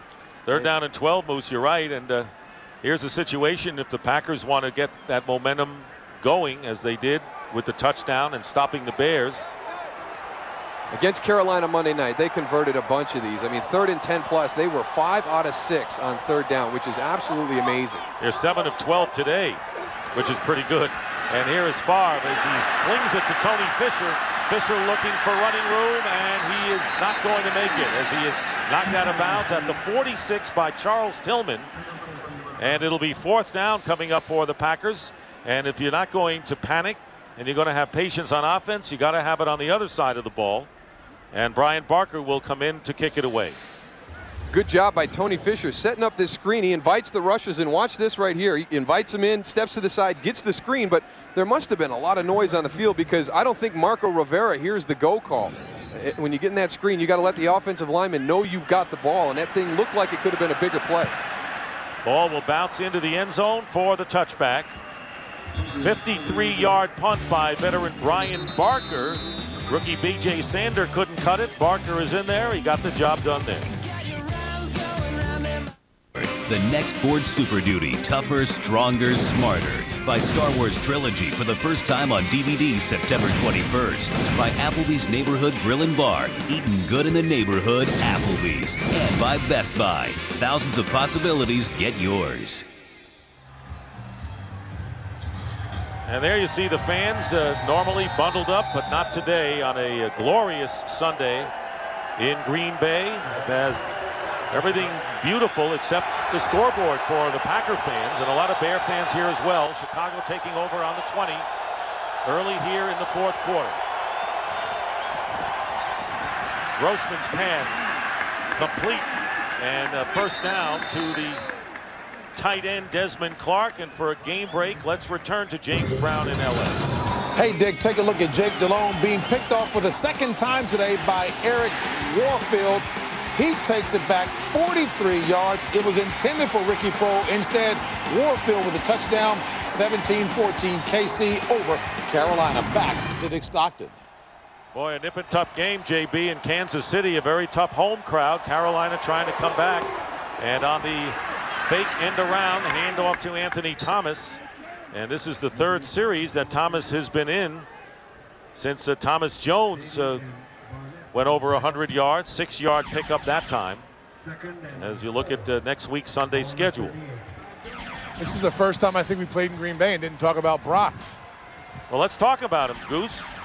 Now, I was just really impressed by Green Bay's training table there when we had a meeting with him on Friday. When it comes to food, we serve it up to you first. Second down and 4. And this is going to be another fake on the end around, and Anthony Thomas has a first down. Moose, it looked like identical plays back-to-back, gets 8 and a first down to the 46. Yeah, Anthony Thomas, kind of a forgotten man in this offense, but you know, he's your offensive rookie of the year just a couple years ago. There's Thomas Jones on the sideline. Doesn't appear to be anything wrong with Thomas Jones, just giving Anthony Thomas some time, and he's taking advantage of it. He's running really well right now. Anthony Thomas, good receiver out of the backfield as well, as is Jones, who has gained 116 yards today and has scored a touchdown. First down on the 46, and there is Thomas slipping a little bit and picking up close to 5 yards in any event as he gets into Packer territory. Well, Green Bay likes to have Ahman Green fresh when they get into the red zone. They'll let Tony Fisher and you know, last week before he got hurt, Najee Davenport do some work from the 30 to the 30. You know, maybe Lovie Smith and Terry Shea want Thomas Jones as fresh as he can be when they get deep into the fourth quarter, so giving him a little bit of a spell right now with Anthony Thomas. Second down and 5. Wade, the wide receiver, in motion, and this time Thomas is going to be thrown for a loss. A big defensive play by Colin Jenkins. And a loss of 4 yards on the play. Good penetration from the defensive line that time for the Packers, bringing up third down and 9. Great penetration, but he also makes the tackle. Sometimes you see a guy get back there and disrupt the play, but not have the ability to finish it out. And he beats Steve Edwards right across his face with the penetration and then makes the tackle himself. Third down and 9, and Grossman will go into the shotgun.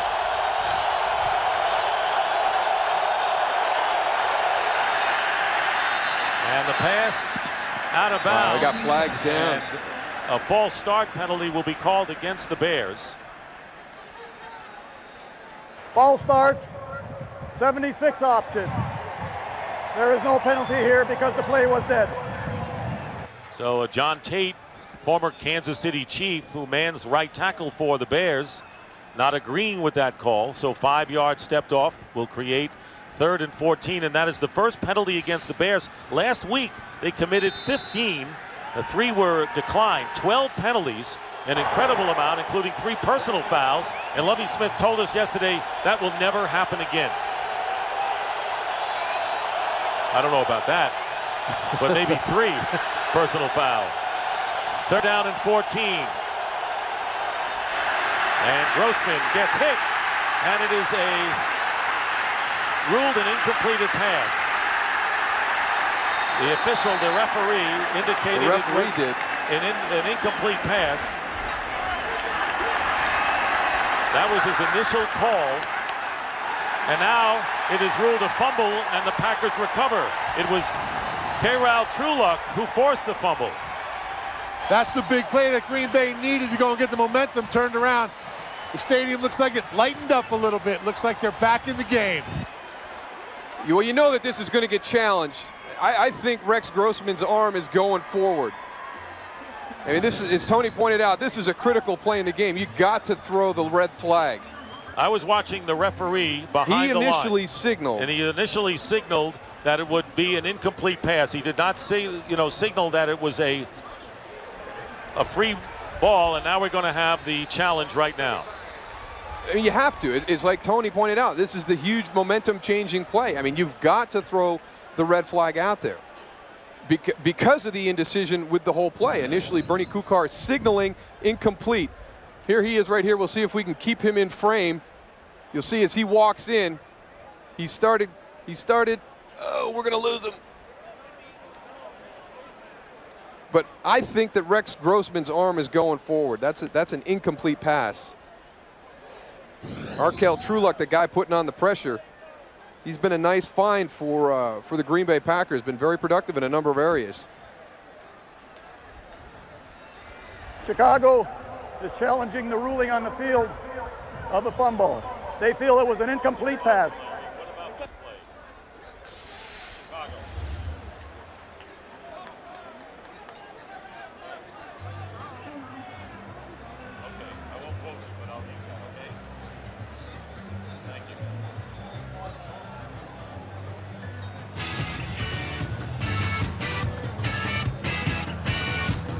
We'll be right back. We're back, and there is Bernie Kukar, who is reviewing the play, and it's Lovie Smith who's challenging. And you're right on the money, because this could be a momentum-changing call if it's turned over to the Green Bay Packers. But Kukar has seen enough and will give his verdict.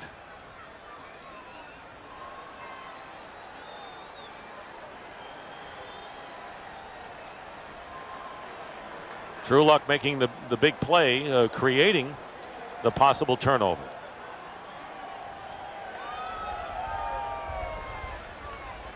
Well, it looks like the Bears are pretty happy on the sideline. I don't know if he told them before he's going to announce it, but after reviewing the play, it is an incomplete pass. The quarterback's arm was going forward. It is third down, and we're going to put 9:31 on the scoreboard clock. 9:31. So it'll be fourth down and a punting situation. You saw Rex Grossman already over on the sideline wearing the baseball cap, win or lose on that call, as it turned out.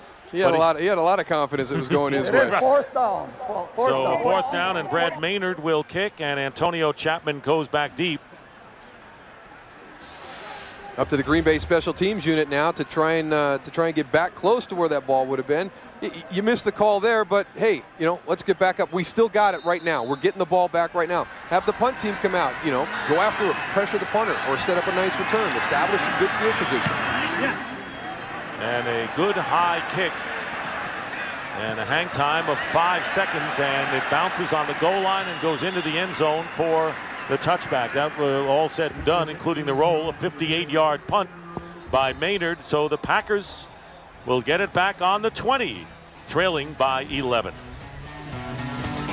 NFL Sunday is brought to you by Budweiser. Grab a cold, fresh Budweiser. It's game time. Packers break the huddle at the 20-yard line. Mike Brown, the free safety who went out with heat-related cramps to the locker room, is back on the field. 9:21 remaining in the fourth quarter. And play-action pass, and going deep for Javon Walker, and overthrown, well covered downfield, looking for a flag, and none coming, as Mike Brown and Charles Tillman were with him step for step. Green Bay Packers not being patient opening up this series.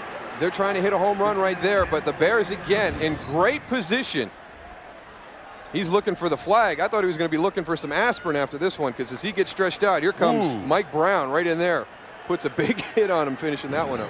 And maybe you should give him just something on that play. That was. Walker's saying, I thought you went in there with heat cramps. What are you doing don't look back? like you're cramping to me. Second down and 10. Tony Fisher now the back, and he starts in motion. Favre gets time, and going downfield, Ferguson, and he can't hold on. He had it and dropped it, and defended downfield by Bobby Gray. Looked like a pass that he could catch. Well, it looked like he kept his eyes on it. You watch, it was 89. Now watch right here. The only thing I can think of is is the little flash by Bobby Gray right there as he goes to get his hands up, distracts Robert Ferguson. Right at the last second, he puts his hands up. I think you're right. So 3rd and 10.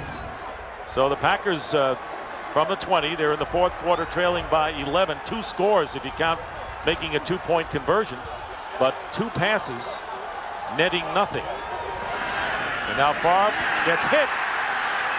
And incomplete is the ruling now. And Lance Briggs, he talked about that weak side linebacker, such an important force in this defense. You got to expect a blitz in a situation like that. 3rd and long, what you're trying to do is force them to break off their route short. You're bringing too many guys. There's Lance Briggs right there moving into the middle.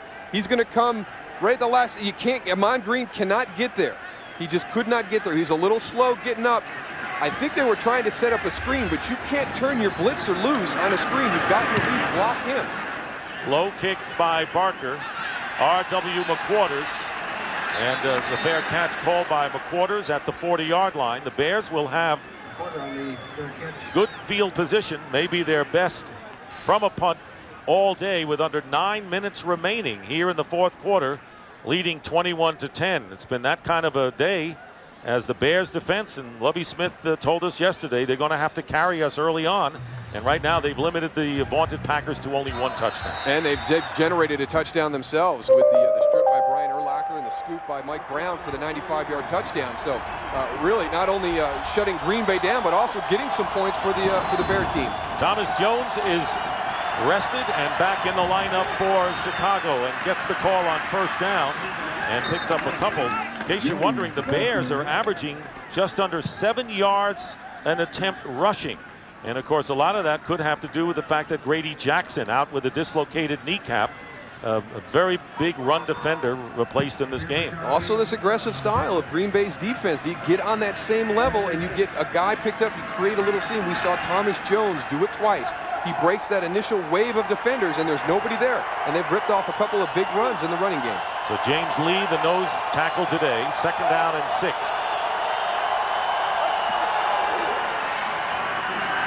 Grossman on the rollout, looking to run, and he'll get the 1st down as he slides for the 1st down. Last week he didn't slide. This week he does, and here he is, his debut in Lambeau Field. And tell you, look at a guy who awed playing against some of these teams he's faced in the NFL. Yeah, but this is one of the things that Lovie Smith wants him to work on, and Terry Shea. He took a lot of hits last week at the end of the runs trying to get some extra yardage. You got to be smart. He's got enough yards for the 1st down. Get yourself down, protect yourself, live the play another day. Last week, quarterbacks aren't the guys that are supposed to move the pile at the end of the run. 1st down as you look at the offensive leaders crossing the screen. The ball is at midfield, and the handoff to Jones. Jones picking up about 3 yards on 1st down with Barnett making the tackle. Rex Grossman grew up as watching the NFL on TV, and he said that last year when he was playing a team like the Minnesota Vikings, he couldn't believe he was playing against an NFL club. Lives in Evanston, Illinois. His fiance going to school in that northwestern area. She's transferred to DePaul, so he'll move downtown. And Cledius Hunt just wants to move without pain right now. And another thing that Rex Grossman did on the end of that run, when he slid, he stayed in bounds to keep the clock moving, because Green Bay is missing. They're losing out right now because they can't get this Bear offense off the field. They obviously need 2 possessions. There's the game stats right now as Hunt comes off the field. The Bears are winning 1 stat, and that's on that board right now, and it's the most important one to score, and that's what Lovie Smith talks about. Right. He goes, the most important thing is points, but you look everywhere else, Green Bay has the advantage, and that shows you the importance of the turnovers, the point that he was trying to get to his guys. You know, we've got to find a way to generate more turnovers, to create better field position, and that fumble return for the touchdown, the biggest turning point in this game, because as you pointed out, it's going to be 10-7 Green Bay. All of a sudden, it's 14-3 Bears. Yeah, in a nutshell, that's what it's all about. And 2 turnovers. Mike Green with the interception. Mike Brown with the fumble recovery for a touchdown. So this secondary thin with injury, but not in the safety position. So coming off the field is Cledius Hunt, replaced by Colin Jenkins. It'll be 2nd down and 7. Bears on the Packer 47. Here's Jones. Bounces off the defender, dives close to the 1st down, and appears to have it at the 40. At this point, he'd probably like to be a little bit short. Get yourself another play. Well, take some more time off the clock. They're going to measure. I've really been impressed with the Bear running game. They have done a great job handling this pressure. Also, the passing game. It has been a good plan by Terry Shea. They in the beginning, they're moving the pocket. They're doing different things to keep the Packer defense off balance. They've been able to hit those runs that Lovie Smith said they were going to have to. They had to break some big runs to slow down this pressure, and they have really executed well for a group that's really in only its second game of this new offensive system. And Terry Shea said, I was looking for a running back. I had Priest Holmes, and so he likes Thomas Jones, and who wouldn't with going over 100 yards. Wanted a tight end. He thinks he has that in Desmond Clark. And he says he doesn't need that big receiver. He said in Kansas City, you know, we never had that dominant guy on the outside. We utilized Tony Gonzalez and Priest Holmes. And, you know, so when you look at this offense and you don't see that, to him it's not a problem. Well, you said maybe they're better off not getting the first down. They didn't. So it's third down and inches. But now they have to get it. Yeah. After the clock was stopped, and here is Thomas Jones, first down. That's too easy. And 6:25 and running. First down Bears, and now for a game break, let's once again check in with James Brown. Dick, 2 fumbles by Clinton Portis led to Giants scores. Portis trying to make up on the receiving into that 13-yard laser from Patrick Ramsey, although he was called for taunting with that spike right there. But Washington within 6, 20, 14 Giants. Back to Dick Stockton. Joe Gibbs against the Giants, and that NFC coaching Hall of Fame in so many ways as far as many of them. Of course, Tom Coughlin right now is on the outs, you would have to say. First down on the 36-yard line. Here is Thomas Jones as he gets inside the 35-yard line, a gain of 3. So in his 20th carry of the game, Thomas Jones has 137 yards. Yeah, and we need to pay some credit to the Chicago Bears offensive line because of the ability to run the way you just talked about, the stats with Thomas Jones. But also, right now in this drive, the Green Bay Packer defense knows what the Bears have to do. They have to run the ball to take time off the clock, and they can't stop them.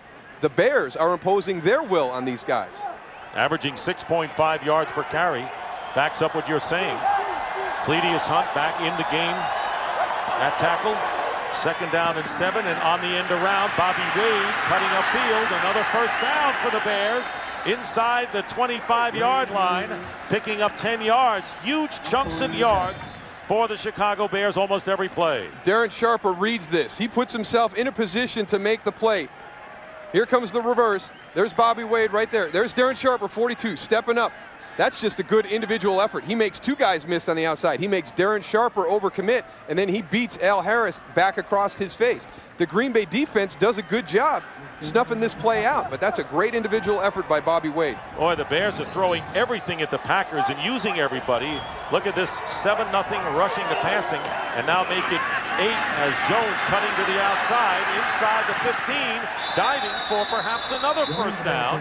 Chased by Michael Hawthorne, and a 9-yard gain as you look at the clock, which stops with 4:16 to go on a Green Bay timeout. The Bears are manhandling the Packers. They really are. I mean, they know what is coming. They know they're running the ball to take time off the clock, and they cannot stop this Bear offense. Guys, you got to give a lot of credit to Thomas Jones. I'm standing here in the end zone, probably 80 yards behind him, and I don't see the hole, but he's finding them 5 yards deep. It's amazing. He actually goes where there's no hole, knowing that his offensive line is going to make something, and he finds that crease, and he's just been getting yardage all day just like that. Goose, how do you figure this game?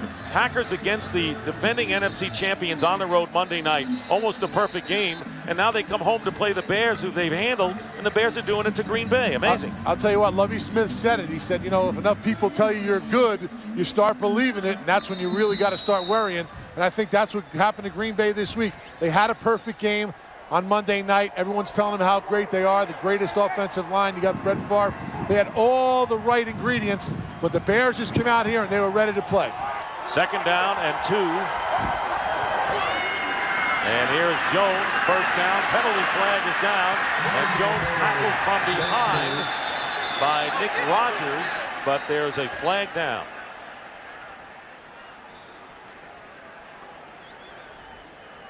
Bears have committed only 1 penalty today.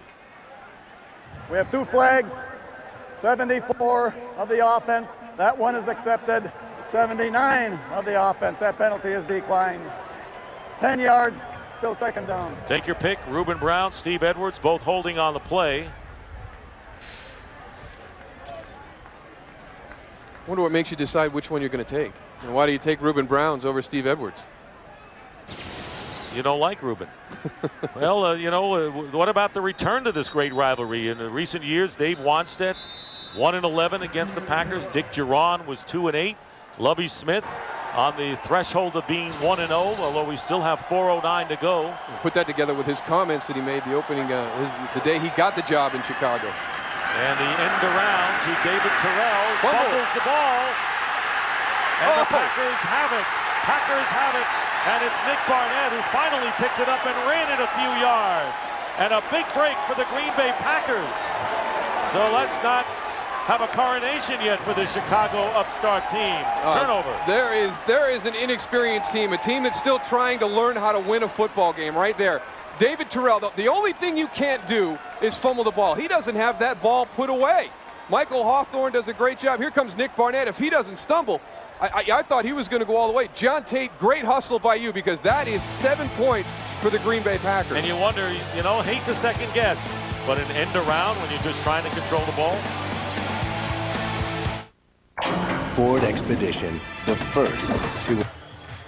David Terrell, the one thing that he has to do is become more consistent in his play. You look at what he did last week, just a career day, breakout. He's trying to get back with Lovie Smith to be a part of this offense. Last play, the first time he got to touch the ball today, he got sloppy with ball security and put it on the ground in a critical situation. So now the Packers on their own 47-yard line, needing a touchdown, a two-point conversion, and a field goal. And this pass off the hands of Donald Driver.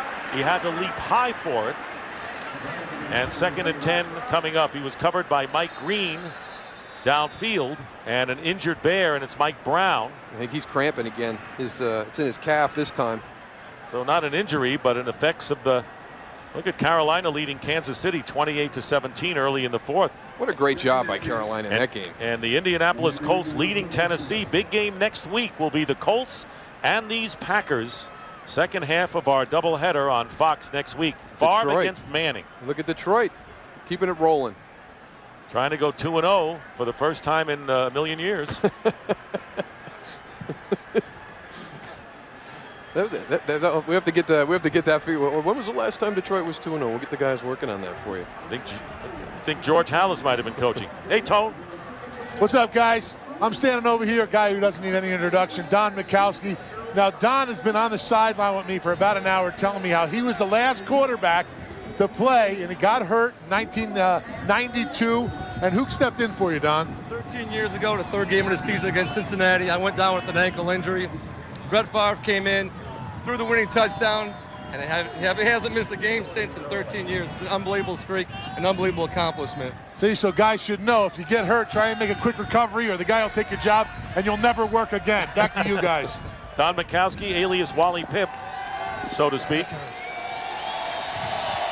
Meanwhile, the Chicago Cubs leading or beat Cincinnati 5-1, which of course is interest to our fans in Chicago. Mike Brown still having his problems. And speaking of baseball, I tell you what, it's been unpredictable. You can't script it. It's provided some of the great moments in sports. October 5th, Fox Sports begins a month-long journey starting with the Division Series that brings you exclusive coverage of the Championship Series and culminates with the World Series and the crowning of a champion. The drama begins October 5th right here on Fox. What a jewel of a year it is for Fox Sports. But the World Series, as always, and this year the Super Bowl in Jacksonville. Well, they got the card out there now for Mike Brown. I was hoping that it was just more the cramping that he had gone out of the game with earlier. Chicago fans are going to be really excited if they pull this game off. Woo.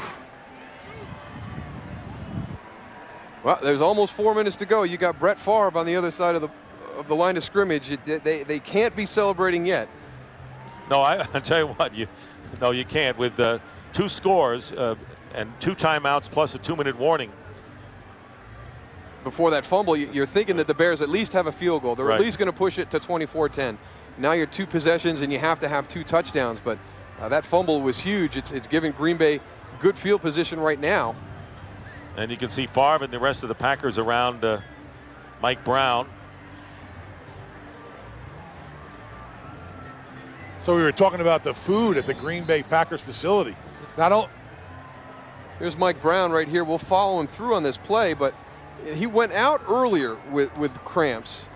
And he kind of gets over towards where Brett Favre is and just kind of pulls up. He was never really hit by anybody. It doesn't appear that he got injured. And if he's cramping, if this is his second time, if he stands up, his whole body may lock up. So the reason for the card, hopefully, is just to get him off, get him some fluids. There's you saw the helmet there with the number 40, the decal. They got his ankle wrapped up though. Yeah, this is not a heat problem. There's the number 40. As you know, the day in the NFL dedicated to Pat Tillman, the great hero who was killed in Afghanistan while fighting for this country. Former Cardinal defensive back, and everyone wearing a number 40 decal on the helmet today, and the Cardinals will wear it starting today for the rest of the season. There it is. Right now, for a game break, let's go back out to LA and James Brown. All right, Dick, take a look at Carolina. Deshaun Foster filling in extremely ably for the injured Stephen Davis. Take a look at this run here, 71 yards. You know what? He's got a career high in carries and yards, 25 for 163, and he takes it in for the score. Ultimately, 28-17, Carolina over Kansas City. Back to Dick Stockton. All right, thank you very much, JB. So Mike Brown has been carted off. 95-yard fumble touchdown return. The key play of the game today. It is 2nd down and 10. Brett Favre trying to bring the Packers closer, and this pass is overthrown and intercepted by Bobby Gray. And Bobby Gray returning it into Packer territory. You talk about that 4th and 26 nightmare, and this was a pick. Center fielder all the way was Gray. Yeah, this one just floated on Brett right here. He's got Bubba Franks right there in the middle of the field. You see how open he is. He just sails it over his head, and Bobby Gray just coming in for Mike Brown. I'm sitting here thinking, hey, go after 25. He's just coming in deep. He's playing deep half, take a shot at him, and he comes up making the play. That's what you would think. And Lovie Smith said, we know that Brett Favre is going to put some up there. We've got to make sure we make that interception, second of the game, and a big one, and could be a backbreaker, of course, as Gray returns at 31 yards, and the Bears on the Green Bay 36-yard line with 3:44 to go. Some of the fans start to make their way toward the exits. And here is the handoff to Thomas Jones. And Jones adding to his total, picks up nearly 5 yards on the play.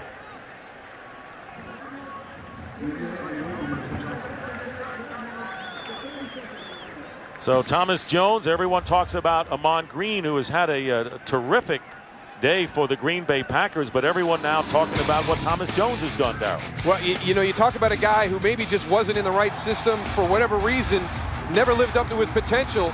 But Terry Shea knew about Thomas Jones when he was at Kansas City, and he was excited. He was leading the parade to bring him to Chicago, and you can see why. He has had a great afternoon running the football for the Chicago Bears. He gives them that big play threat from the running back position. Not only the running game, but he's a very effective receiver too. And if you are going to be the featured running back in this system, you have got to be able to contribute catching the ball out of the backfield. Priest Holmes has been the leading receiver in this offense in Kansas City the last 3 years. They feel very comfortable with Thomas Jones' skills fitting the featured back position in this offense.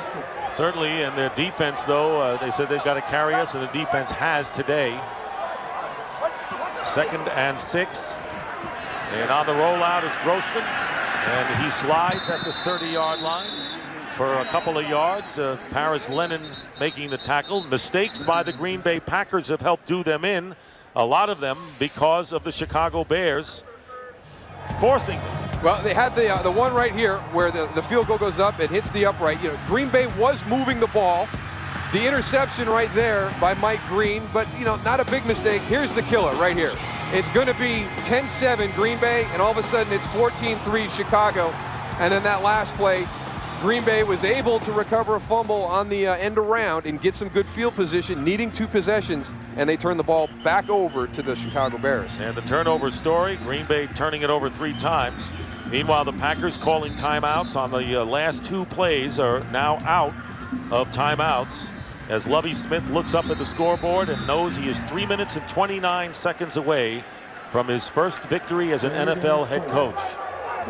And Mike Sherman knows what it's like, and he agonizes whenever the team loses in Green Bay and Lambeau Field and the fans go home unhappy. 3rd down and 4. Here's Thomas Jones, who'll be stopped short of the first down. Well, how prophetic was he on Friday, saying that, you know, when people come to Lambeau Field, we always get their best effort. We don't catch somebody having a bad game. In Chicago, after watching them play against Detroit last week at home, you know, they're turning the ball over, making critical mistakes, an opportunity to win the game at the end, and they throw into double coverage. And for them to come up here and play the way they have, it's exactly what Mike Sherman said. We get everybody's best effort when they come to Lambeau. He took the best shot today, and what a shot it was. I got to say, very impressed with what the future of the Bears is. And Paul Ettinger will attempt the 45-yard field goal. The problem right here last week against Detroit.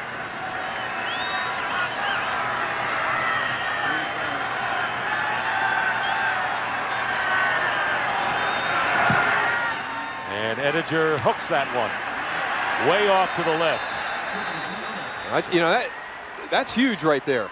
I mean, it makes it a 2-possession game still, but the field position #1 and the fact that 2 touchdowns now wins the game for you, or a touchdown with a 2-point conversion in the field goal.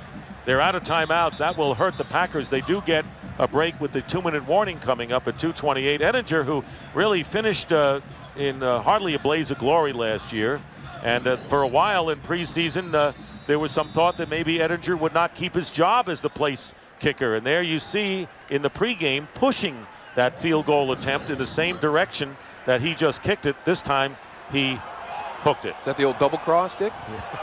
Got it right, I got it left. Like the U.S. Ryder Cup effort.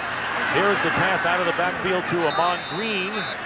And Lance Briggs making the tackle after a 7-yard pickup. I'm just talking about where the shots went over the weekend. Chicago Bears will be more than content to give up passes into the middle of the field and come up and make tackles. That one is knocked down at the line of scrimmage. And it was Tank Johnson. There are a lot of players named Johnson in the National Football League. And the rookie from the University of Washington says, I don't want to be just another guy named Johnson. So his first name short enough to put on. And his shoulders are wide enough to put it on. I think the big thing is his shoulders are wide enough. Right, that's true. 3rd down and 3. A couple of visiting teams, the 49ers and the Panthers, leading in the 4th quarter. Same can be said about the Colts, who play the Packers next week. That'll be a great game on Fox. Second half of our doubleheader. 3rd and 3. Favre's pass caught by Javon Walker and goes out of bounds, stops the clock at 2:03. It's a first down for Green Bay, just shy of midfield with Tillman on the hit. You never can relax. And the one thing that Chicago is going to do during this process with Lovie Smith is learn how to finish games, learn how to close them out. You know, coming on the road and being able to win here is huge, but they've got to finish this game. You know, they've had 2 opportunities now to really kind of put the game away and be able to relax and enjoy the last few seconds, the last few minutes, and they haven't done that. You still have a sense of uneasiness with the position that Brett Favre has got the Packers in. Putting pressure on Brett Favre, and the pass caught by Donald Driver. Driver just snatched the ball away from the defender and gets down to the 36-yard line. And it was Bobby Gray, the defender, and a pickup of 16 yards, first down, and the 2-minute warning here at Lambeau. That the 2-minute warning, the score is 21-10, but you know what? You can't count out Brett Favre, even though this is the last timeout or break that they will have. There's always the onside kick if they score and if they make the 2-point conversion. A lot of ifs, in there. But you know, Chicago had a chance to take away some of those ifs. They convert the field goal, then it's got to be 2 touchdowns. They've just had a chance to kind of make this a little bit more enjoyable for them at the end, and they haven't been able to close it out. No, they got to sweat it out. 1st and 10 for the Packers at the Bear 36. Showing blitz is Chicago, and here they come. And Brett Favre answers it with a completed pass to Robert Ferguson. Ferguson getting in the 15 and does not get out of bounds. And the clock continues to run. A 22-yard pickup, beating Charles Tillman, so it's hurry-up time for number 4. One good thing Charles Tillman did there is he got him down to the ground before he got out of bounds. That was a big play. First down on the 13. And here is Favre. Here's that pump fake going into the end zone. Incomplete. Closest man to it was Javon Walker, who, by the way, today has 7 catches for 102 yards. Very quietly having a huge day. He is becoming the big play guy on the outside for the Green Bay Packers. Donald Driver had a breakout year a couple of years ago. But Javon Walker, he seems to be the guy that is becoming the big playmaker on the outside. Even with Robert Ferguson and Donald Driver really getting the starts each week, it's Javon Walker, that third receiver that everybody has to worry about. And Gray Rugemer is the center, the veteran Mike Flanagan, who's had knee tendonitis, not in there right now. And here is Brett Favre. And Favre gets it over to Donald Driver, who does stop the clock, getting out of bounds at the 11-yard line. 2-yard pickup with 1:21 on the clock. So it's amazing how this crowd is quiet as it is, knowing that the Packers are in position to really make a run before this one's over. You wonder if the Packers have been into it emotionally as players all day today, but then also the fans. You know, they have not really been into it, and that is a huge credit to the Bears to be able to come to this environment and really take the crowd out of it for pretty much the entire game. It's been 3 quarters of really peace and solitude up here at Lambeau Field. Even when the Packers are in position to really challenge and get back in the game, the pass is dropped by Driver. And that'll bring up 4th down. And of course, the Packers have a choice. They can go for the 3 now, try the onside kick. They still need the 8 points, or try to get the touchdown now. The surer thing would be the 3, but no indication of that from Mike Sherman. Yeah, I'm a proponent of going for the 3 because you have to have 2 possessions anyways. You have to recover the onside kick and come back and get another score. If you miss this, it's all over with. So at least you extend the game to the onside kick. And yeah, you have to go get the touchdown and the 2-point conversion, but you're still alive. 4th down and 8. They can get a first down without getting a touchdown.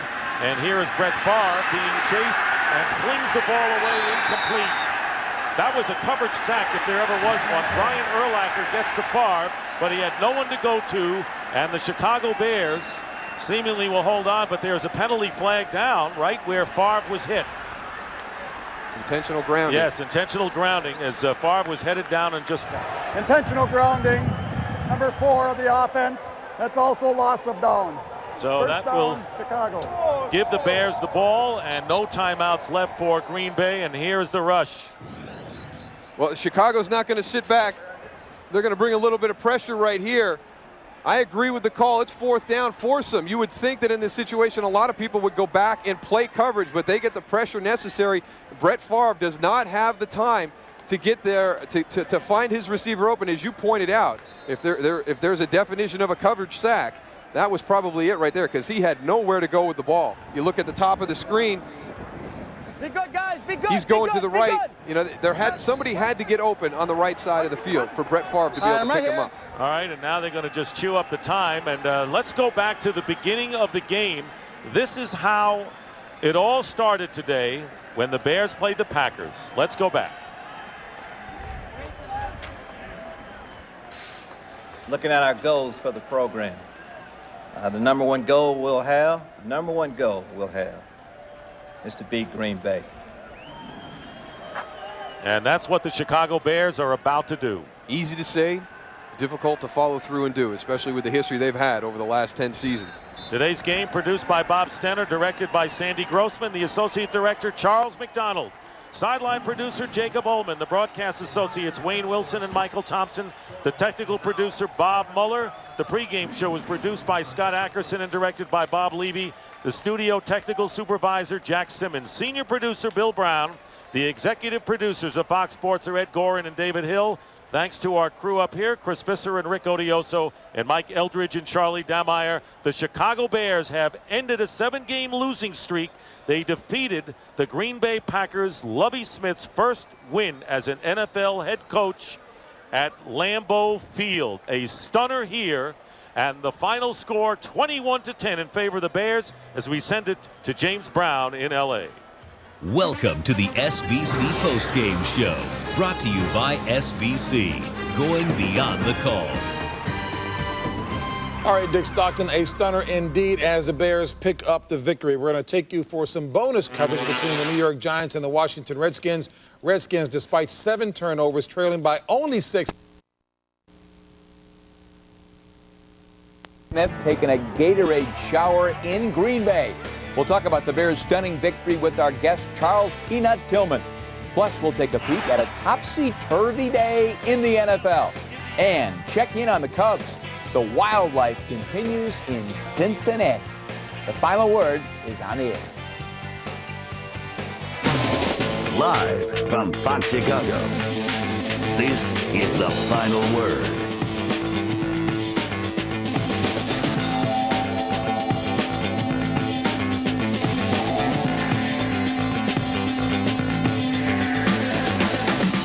Lovie Smith is the man of the hour. Hello again, everybody. Welcome in to the final word. Lovie told us beating the Packers was his #1 goal. I guess he was serious. Lots to cover tonight. I'm Corey McFerrin. My tag team partner is Mr. Tom Waddle. And I guess it's safe to say the Bears just got our attention. Yes, they did. And I think the Bears got the Packers' attention this afternoon as well. In fact, I think the Bears opened up a lot of eyes around the NFL this afternoon. Team's still a work in progress, don't get me wrong, but this is a squad that I think is going to make improvement on a week-to-week basis, and today was an excellent start on the way up. And I think, to be honest, very few of us saw this coming quite like this Speak today. for yourself. All right. For just the 3rd time since 1993, he's never made a mistake. The Bears find a way to beat these Packers as Lovie earns his first victory as a head coach in the National Football League. Bears win 21-10. And yes, Lambeau Field, where Bears teams typically go to die, at least the last decade, but not been friendly. Not so today. Rex Grossman aggressive early, blitz is on. Tommy spots Bobby Wade for a 19-yard pickup. Very nice job coming out hot, spreading the ball around, but young quarterbacks are prone to mistakes. As he does here, 2 plays later, Darren Sharper will pull it down. Bad decision, throw that one away. Well, Rex would make up for it in the 2nd quarter. Watch him here. He'll look for his fullback, Brian Johnson. And this is a great decision because 3 Packer defenders spread wide to cover Thomas Jones in the flat. He finds his fullback wide open for the touchdown. This while the Bears defense comes up big. Brett Favre, home run ball. Look at Mike Green diving grab. Now it's Brett Favre throwing into double coverage. This is just a great individual effort from Mike Green. Then right before half, Packers at the 3, but watch it now. Brian Urlacher knocks the ball out of Amon Green's arms. Mike Brown is there to scoop it up, and he knows which way to go. Well, you call that a momentum change. The Packers going in to take a 10-7 lead. Now the Bears up 14-3. The key play of this football game. His 5th defensive score of his career, new team record. Amazing. It's an unbelievable tackle by Brian Urlacher, someone who did not cause a fumble all of last season. Your 2 big play defenders coming up with an outstanding effort. Opening drive, 3rd quarter. Thomas Jones explodes, almost breaks it to the end zone here, Tom. Yeah, and this sets the tone for the second half. This was a great drive, and I think took some sting out of that Packers defense. Here he is, takes it in. Thomas Jones from a yard away. Bears win in Green Bay, 21-10. The Gatorade shower, a lot of Lovie in the air. As I set out to talk about the 3 goals, that was just the first one. They're our rival. We needed to beat them. They've been the top dog. We have a lot more to do. Coach guaranteed that we were going to beat Green Bay, and he did it. We backed him up. We had his back on this one. We started off rough, but it's how you finish. To come in here in Lambeau and beat a good Green Bay team like this it says wonders. Great game to come into Green Bay and get a victory, our first victory of the season. We're back now 1-1 with a huge game next week. So I'm not quite sure what their feelings are about the rivalry, but I bet it's more of a rivalry now than it was Saturday. Better believe it. And it wouldn't have happened without a terrific rushing game led by that man, Thomas Jones, who shows the world Amon Green wasn't the only back worth watching in this matchup. We have fast, big offensive linemen, who can get on their blocks and stay on their blocks. And, once they stay on their block and I have an opportunity to see a hole, I just try to hit it as fast as I can. I don't know if people at home can really fully appreciate what he does. Because as an offensive lineman, you're blocking, you see where he cuts it back, and you think, wow. Because that's like the last, place you thought it would, but he seems to find the hole and he makes it hard. So he's a great addition to this team. John's not a bad addition either, is he? No, he is not. Our Save Big Money at Menards scoreboard. Thomas Jones out rushing his far better known opponent, 152 yards to 128 yards. And hard to believe, especially since Ahman Green ran for more than 100 yards in the first half, but Thomas Jones owned the second half, rushing for 108 yards in the final 30 minutes of this ballgame. The QB comparison, Rex throwing only 18 times all day. Favre forced to go to the air, puts it up 42 times. And once again, Rex Grossman was not asked to win this game. He was asked by Terry Shea to not lose this game. And I think Terry Shea deserves a lot of credit for this game plan. He did a great job protecting his young quarterback today. He knew that the Green Bay Packers were going to come after his young QB with a ton of blitzes. He ran a lot of two tight end formations, a lot of left formation to give Kasim Mitchell some help out there. Called a lot of pass plays for his running backs and for his tight ends. It was a low-risk offense, and Rex did a wonderful job in the execution part of that. I think he looked poised and very well prepared all day long. I agree. I think that the improvement that this team has made in the course of 1 week is astonishing. And as I said at the Open, I think this team will continue to make progress on a week-to-week basis. Well, we call it the Peanut Gallery, our chance to debrief Charles Peanut Tillman, sponsored as always by Hyundai. Peanut joins us live from the Cubby Bear North in Lincolnshire. And Peanut, I suppose it's kind of a buzz in the air tonight up there, am I right? I'm sorry, say that again? I bet there's a bit of a buzz in the air at the Cubby Bear North tonight. Oh, yeah, you know it is. I don't know if the cameraman can see all the people out here. We out here just we chilling right now. We enjoying the moment. Hey, any way to describe what this win means? I mean, there was, about 3 people in Chicago who really felt like you were going to win this game. Tom, of course, was one of them. But tell us a little bit about how significant this win was for this ball club. Well, I think that, this win was just one of many, I told reporters all this week that Green Bay, it wasn't a big game. We treated Green Bay like it was like we played Detroit or like we're going to play Minnesota this weekend or any other team down the line. This Green Bay is it's just a game, and that's how we treated it. We didn't treat it like it was the Super Bowl or anything. We didn't turn it up a notch just because it's Green Bay. We try to play every team the same. Talk about your defensive game plan today, Charles. I'm assuming that the goal was to slow down Ahman Green and force Favre to beat you through the air, hoping that Favre may throw it up for grabs a couple of times, which he did. Well, I think starting the game off at first, we came out a little slow. Ahman Green, he came out running the ball real good. Second quarter came out, we kind of woke up a little bit, settled down as a defense. Then, like Brett did, he just threw up a couple picks and just started throwing them. And we were able to capitalize. That's Briggs, right? Briggs should have had that one. Oh, man, that was crucial. He'd love to have that one again as we look at some of the big defensive plays. Today you guys were playing tough all day long.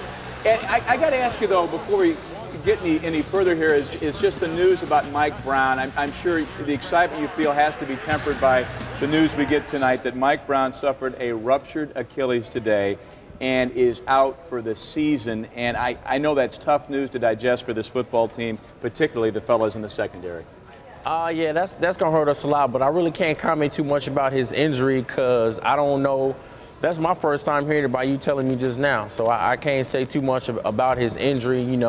I'm sad to see him go down like that because he's one hell of a football player. He's definitely one of our leaders on the team, And it's just, I hated to see him go down like that. Talk about some of the big plays your defense created out there. I think the biggest play of all was obviously the forced fumble by Brian Urlacher on the goal line and Mike picking it up and taking it to the end zone. Tell me, how much do you guys practice this? This is Lovey football, creating turnovers and forcing fumbles.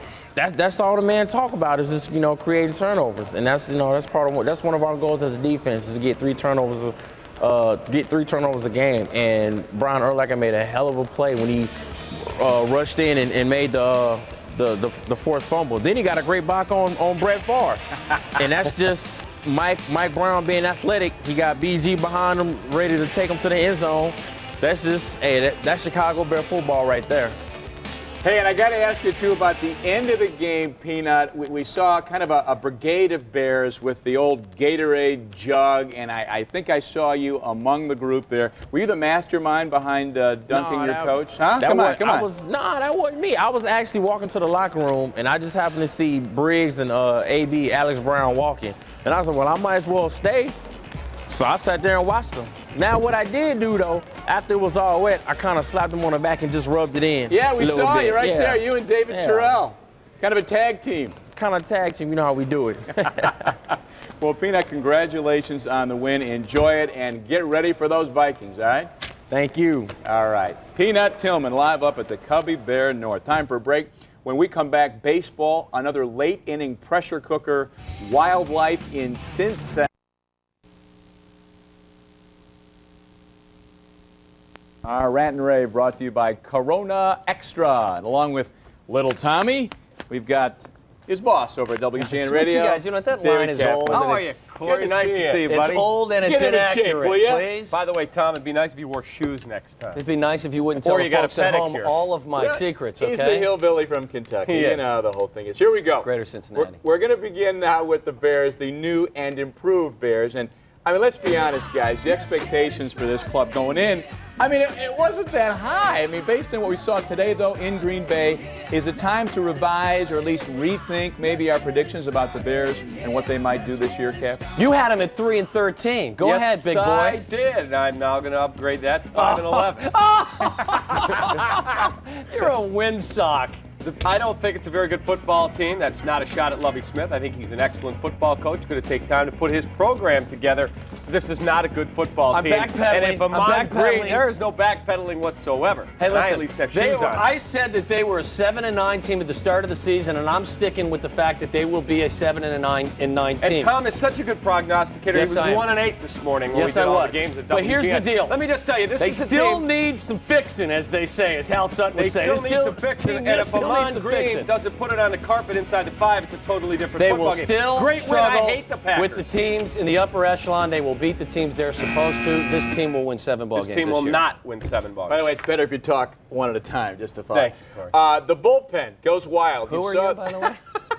The episode in Oakland last week, let's talk about it. Francisco Franco, your buddy, Frankie Francisco. What as the new chase for the Nextel Cup begins. Game on. Quickly, next week, Bears-Vikings. Do they have a shot? They do. You know why? Because a similar scheduling situation with the Vikings. They will be coming off a very emotional Monday night game with the Philadelphia Eagles, then returning home to play our Bears on a short work week. Hopefully I'm not going to tell you who's going to win that game. I've got to talk to my people and my sources. Not till Sunday morning on Fox Kickoff Where I will Live. probably go 0 for 3. Get out, everybody. Coach guaranteed that we were going to beat Green Bay, and he did it. We backed him up. We had his back on this one. Let's go, Bears, bro.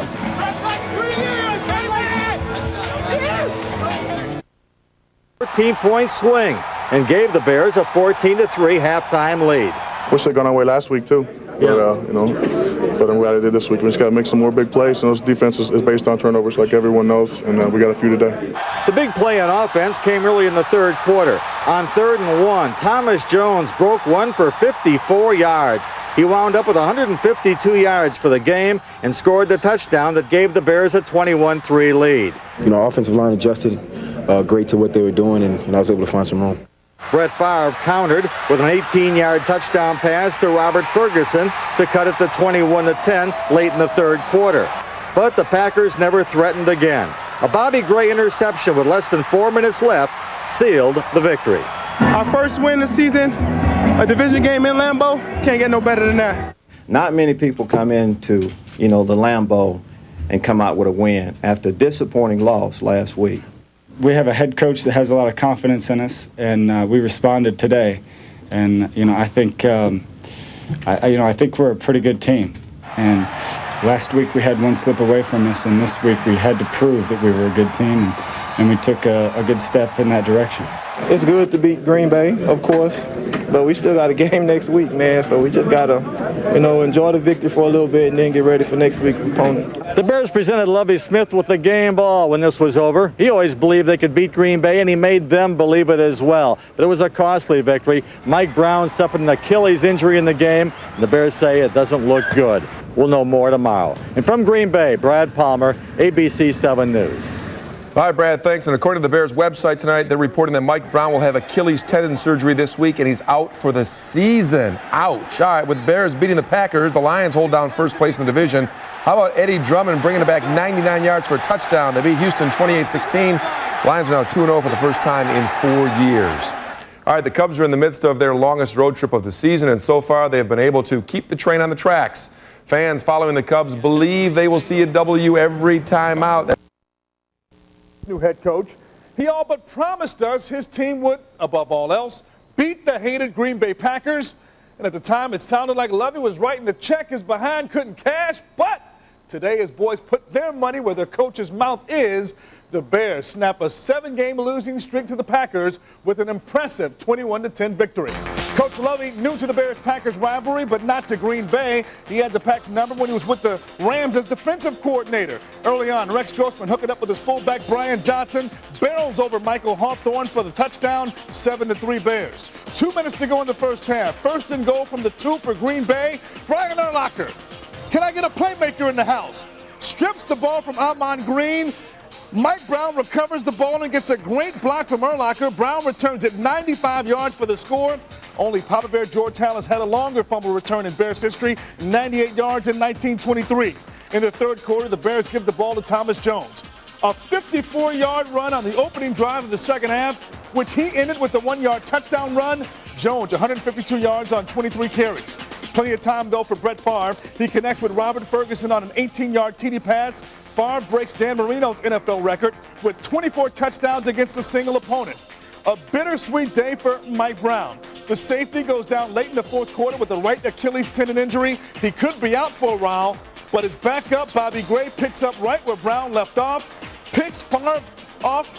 Favre's second interception of the game. It seals the deal on a 21-10 win for the Bears. And, oh, what are Alex Brown and Lance Briggs up to?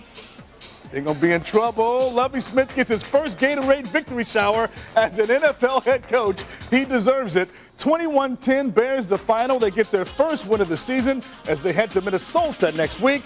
Peggy Kaczynski has more from Lambeau. Nobody thought the Bears could do it. Lovie Smith reminded his team of that, showing the national prognosticators picking Green Bay in an easy win. 1, 2, 3, we talked about all the national media. We would call cupcakes. This is the one, the HBO guy said this is the one sure win, Green Bay beating Chicago. All of that stuff we use. But really deep down inside, it really came down to we came up here, we thought we could win the football game. First, it meant winning the turnover battle. Rex Grossman's interception at the 4-yard line was negated by Brian Urlacher's first forced turnover in 2 seasons. Mike Brown's 5th defensive touchdown of his career was marred only by injury later in the game. When the ball's on the ground, we're picking it up. I know that much. Incomplete pass, anything during practice, we picked the ball up and run with it. And it paid off. Mike got a touchdown. It was a great play by him. As everyone was wowing over Ahman Green's 103 yards in the first half, Thomas Jones took notice, picking up all 79 yards on one Bears drive, including a 54-yard run, giving the Bears an 18-point lead and leading many to ask, Ahman who? I'm just trying to come in and make a name for myself and help Chicago Bears win games. I'm not quite sure what their feelings are about the rivalry, but I bet it's more of a rivalry now than it was Saturday. Lovie Smith got the game ball for his first win as an NFL head coach. It very well could have gone to Mike Brown. His future looks bleak, though. Doctors wouldn't say, but his Achilles is thought to be torn. At Lambeau Field in Green Bay, Peggy Kaczynski, NBC5 Sports. All right, great job, Peg. Hey, maybe the Bears' season-opening loss to the Lions wasn't a fluke after all. Detroit improved to 2-0 early in the season after defeating the Houston Texans today. Let's go to Ford Field. Lions receiver Roy Williams, the rookie. He caught 2 TD passes from Joey Harrington. But the game changer came on Eddie Drummond's 99-yard kickoff return for a score. 21-10 Detroit. The Lions go on to win it 28-16. Atlanta is also off to a 2-0 start after a 34-17 win over the Rams. Michael Vick and the Falcons flying high. Literally, some vintage Vick scrambling on a 15-yard gain, but Vick gets upended at the goal line. Warwick Dunwood punching in for the TD. He had 109 yards rushing. The Colts avoided falling into an 0-2 hole with the comeback victory over Tennessee. Edgerrin James, who rushed for 124 yards, scored 2 fourth-quarter touchdowns, including a 30-yard run that put it away. 31-17 Indy, the final. Well, the Red Hot Cubs headed to South Florida for a Monday doubleheader against the Marlins, fresh off winning 3 out of 4 in Cincinnati and 8 out of 10 overall. Glendon Rush starting the series finale at the Great Trails in the Chicago area to check out fall colors. Hey, Ryan, first one correction. There's no Cristal at the Cell. What are you talking about? They might have some cold beer in the visitors' club. Probably cooks or something like that. And then folks in Green Bay, Alex, were crying in their beer. I'm sure they were yelling at you the first half, and they were pretty quiet in the second. Oh, yes. It was wonderful to see them walking up out of there, leaving the stadium. So that was a great feeling. I'm 1-4 right now. So. What does it mean to clear that psychological hurdle, Tom?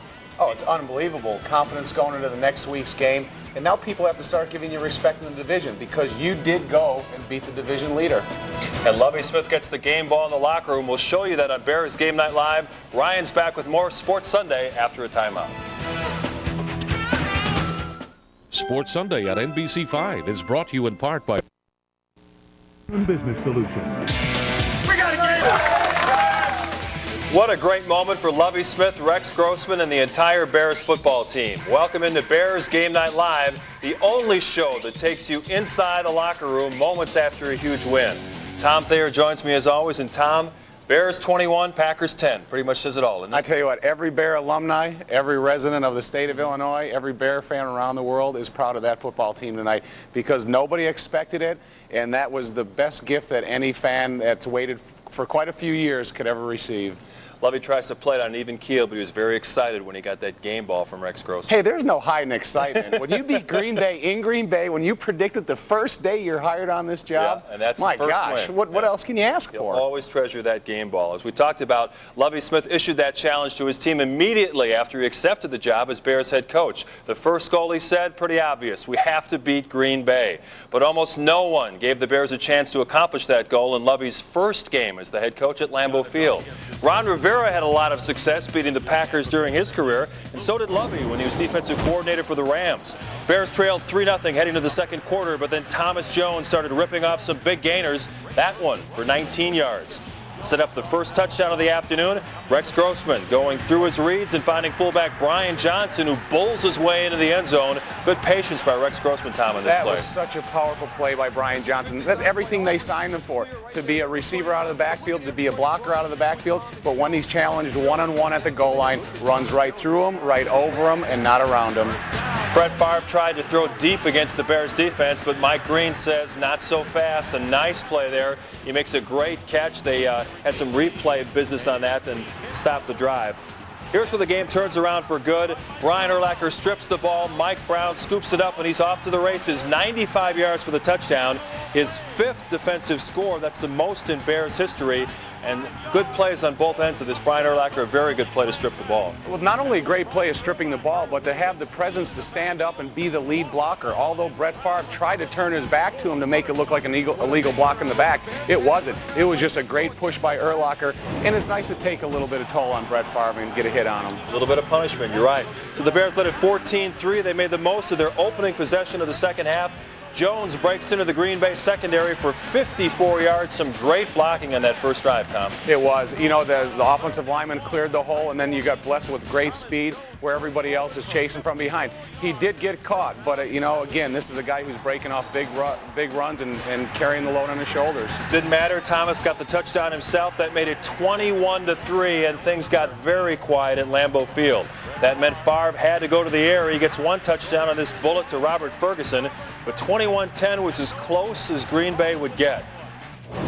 Some bad news for the Bears in the fourth quarter when Mike Brown suffered an Achilles tendon injury. Most likely Mike Brown is out for the year. His replacement, Mike Gray, immediately makes a big play, intercepting Favre's overthrown pass that ended a Green Bay drive in Bears territory. Gray suddenly a key man in the Bears secondary.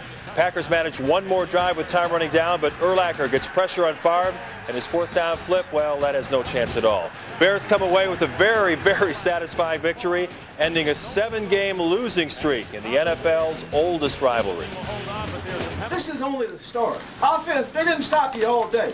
Defense, we came through. We're about running the ball. All right, we're about turnovers, and that's what we're starting to be. Man, this is the first of many coming. You showed us this thing about the HBO that I think that all 4 guys picked against us, and they said it was a one sure win for the week. So it's always nice to prove people wrong. When you see guys like Mike Brown and Brian Urlacher selling out, man, that just makes you have to go out there and play. And as an offense, we just said, hey, look, we got to do our part. We have a head coach that has a lot of confidence in us, and we responded today. And I think I think we're a pretty good team. And last week we had one slip away from us, and this week we had to prove that we were a good team, and we took a good step in that direction. Boy, did they. Looking at the final stats, Green Bay wins most of the categories, but as Mike Ditka used to say, statistics are for losers. Bears ran the ball very effectively, won the turnover battle, and of course, they won the football game. 21-10 is all that counts. And how about the numbers for Thomas Jones? He had 28 carries, 152 yards, and a touchdown. Great blocking, great running. That's what it takes to beat a team led by Brett Favre. If you can keep your offense on the field and eat up big hunks of yard by running the ball, he doesn't have the opportunity to score. Brett Favre is a heck of a player, but give the credit to Thomas Jones because he was the guy that allowed the Bears to win this game today with the complement of his supporting cast, offense, defense, and special teams. And the offensive line just getting more confident as the game wears on. And this is the first time for Kasim Mitchell, for Reuben Brown, and for John Tate to be a part of the Bears family and to play in Lambeau Field and part of this game. And other guys, Thomas Jones and so many other guys, Agunlie and all these other guys in this team, this is the first experience of a Bear-Packer rivalry, and what a way to end it with a victory. Thomas Jones certainly enjoying life as a Chicago Bear. Now it's time for one of our weekly features. It's the Cannon Talk with the Coach.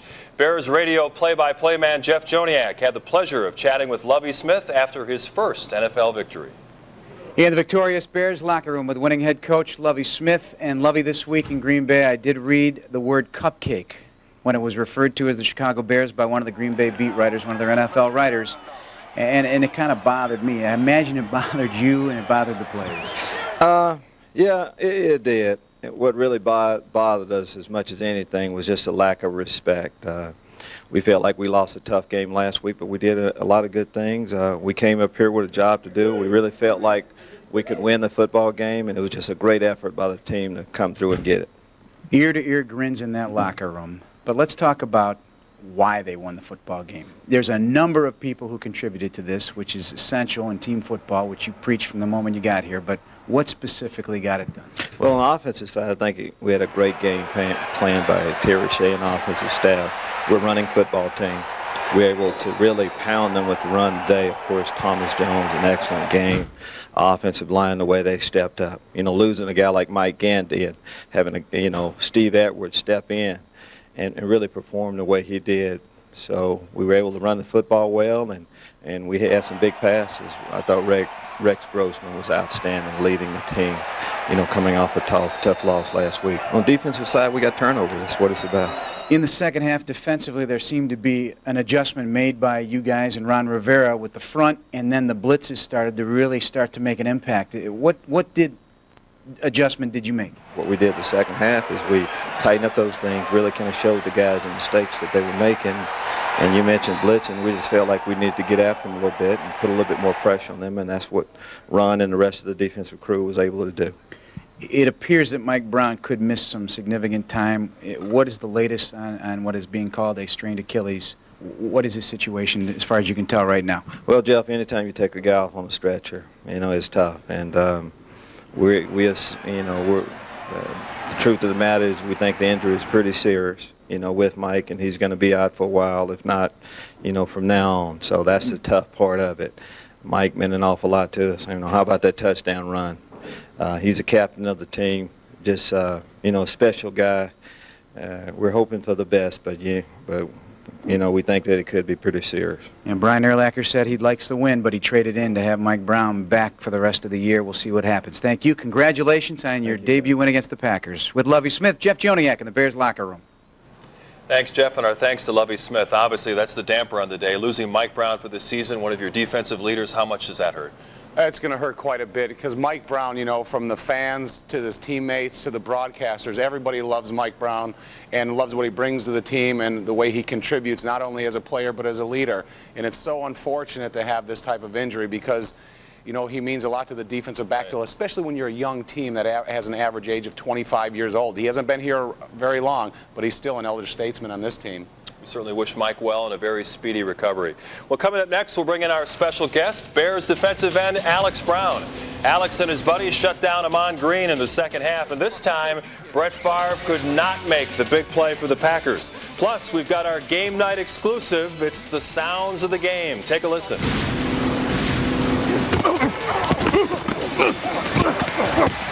Oh, I know you learned that down there in Florida. I have no idea what they mean. I know you learned that in Florida.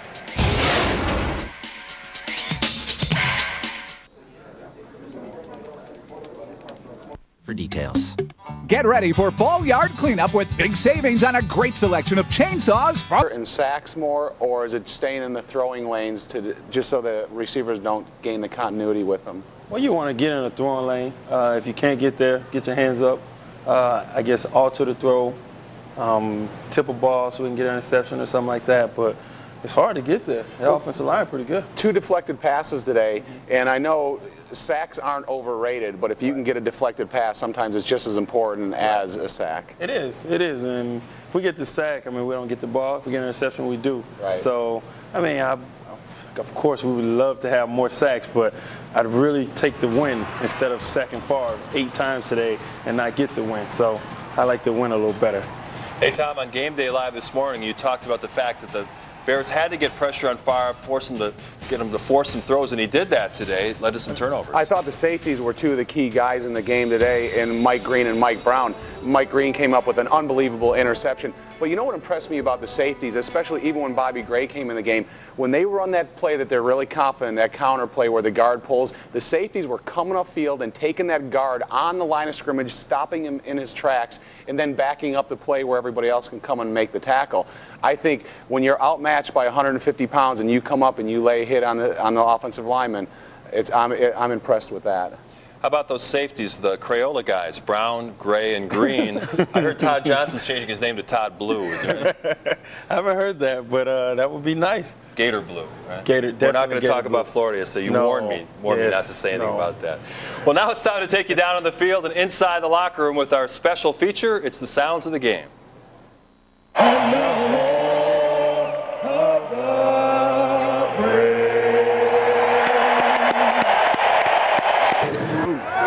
Good job, Alex. Good job, Alex. Don't forget to defend the muddle huddle. Defend the muddle huddle. Move in. Gotta get field position. With the numbers. Watch the bunt.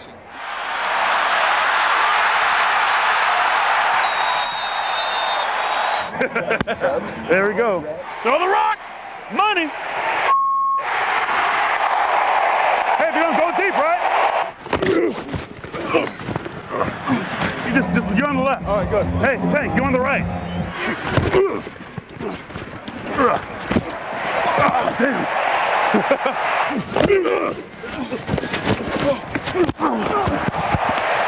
Holy. Yes!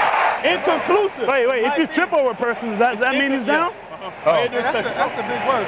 That's inconclusive. Spell that? No. Irrefutable evidence. Irrefutable. Yeah. Irrefutable. That's another big word. That's another Thank big you. word. That's 2 words. I know you learned that down there in Florida. I have no idea what they mean.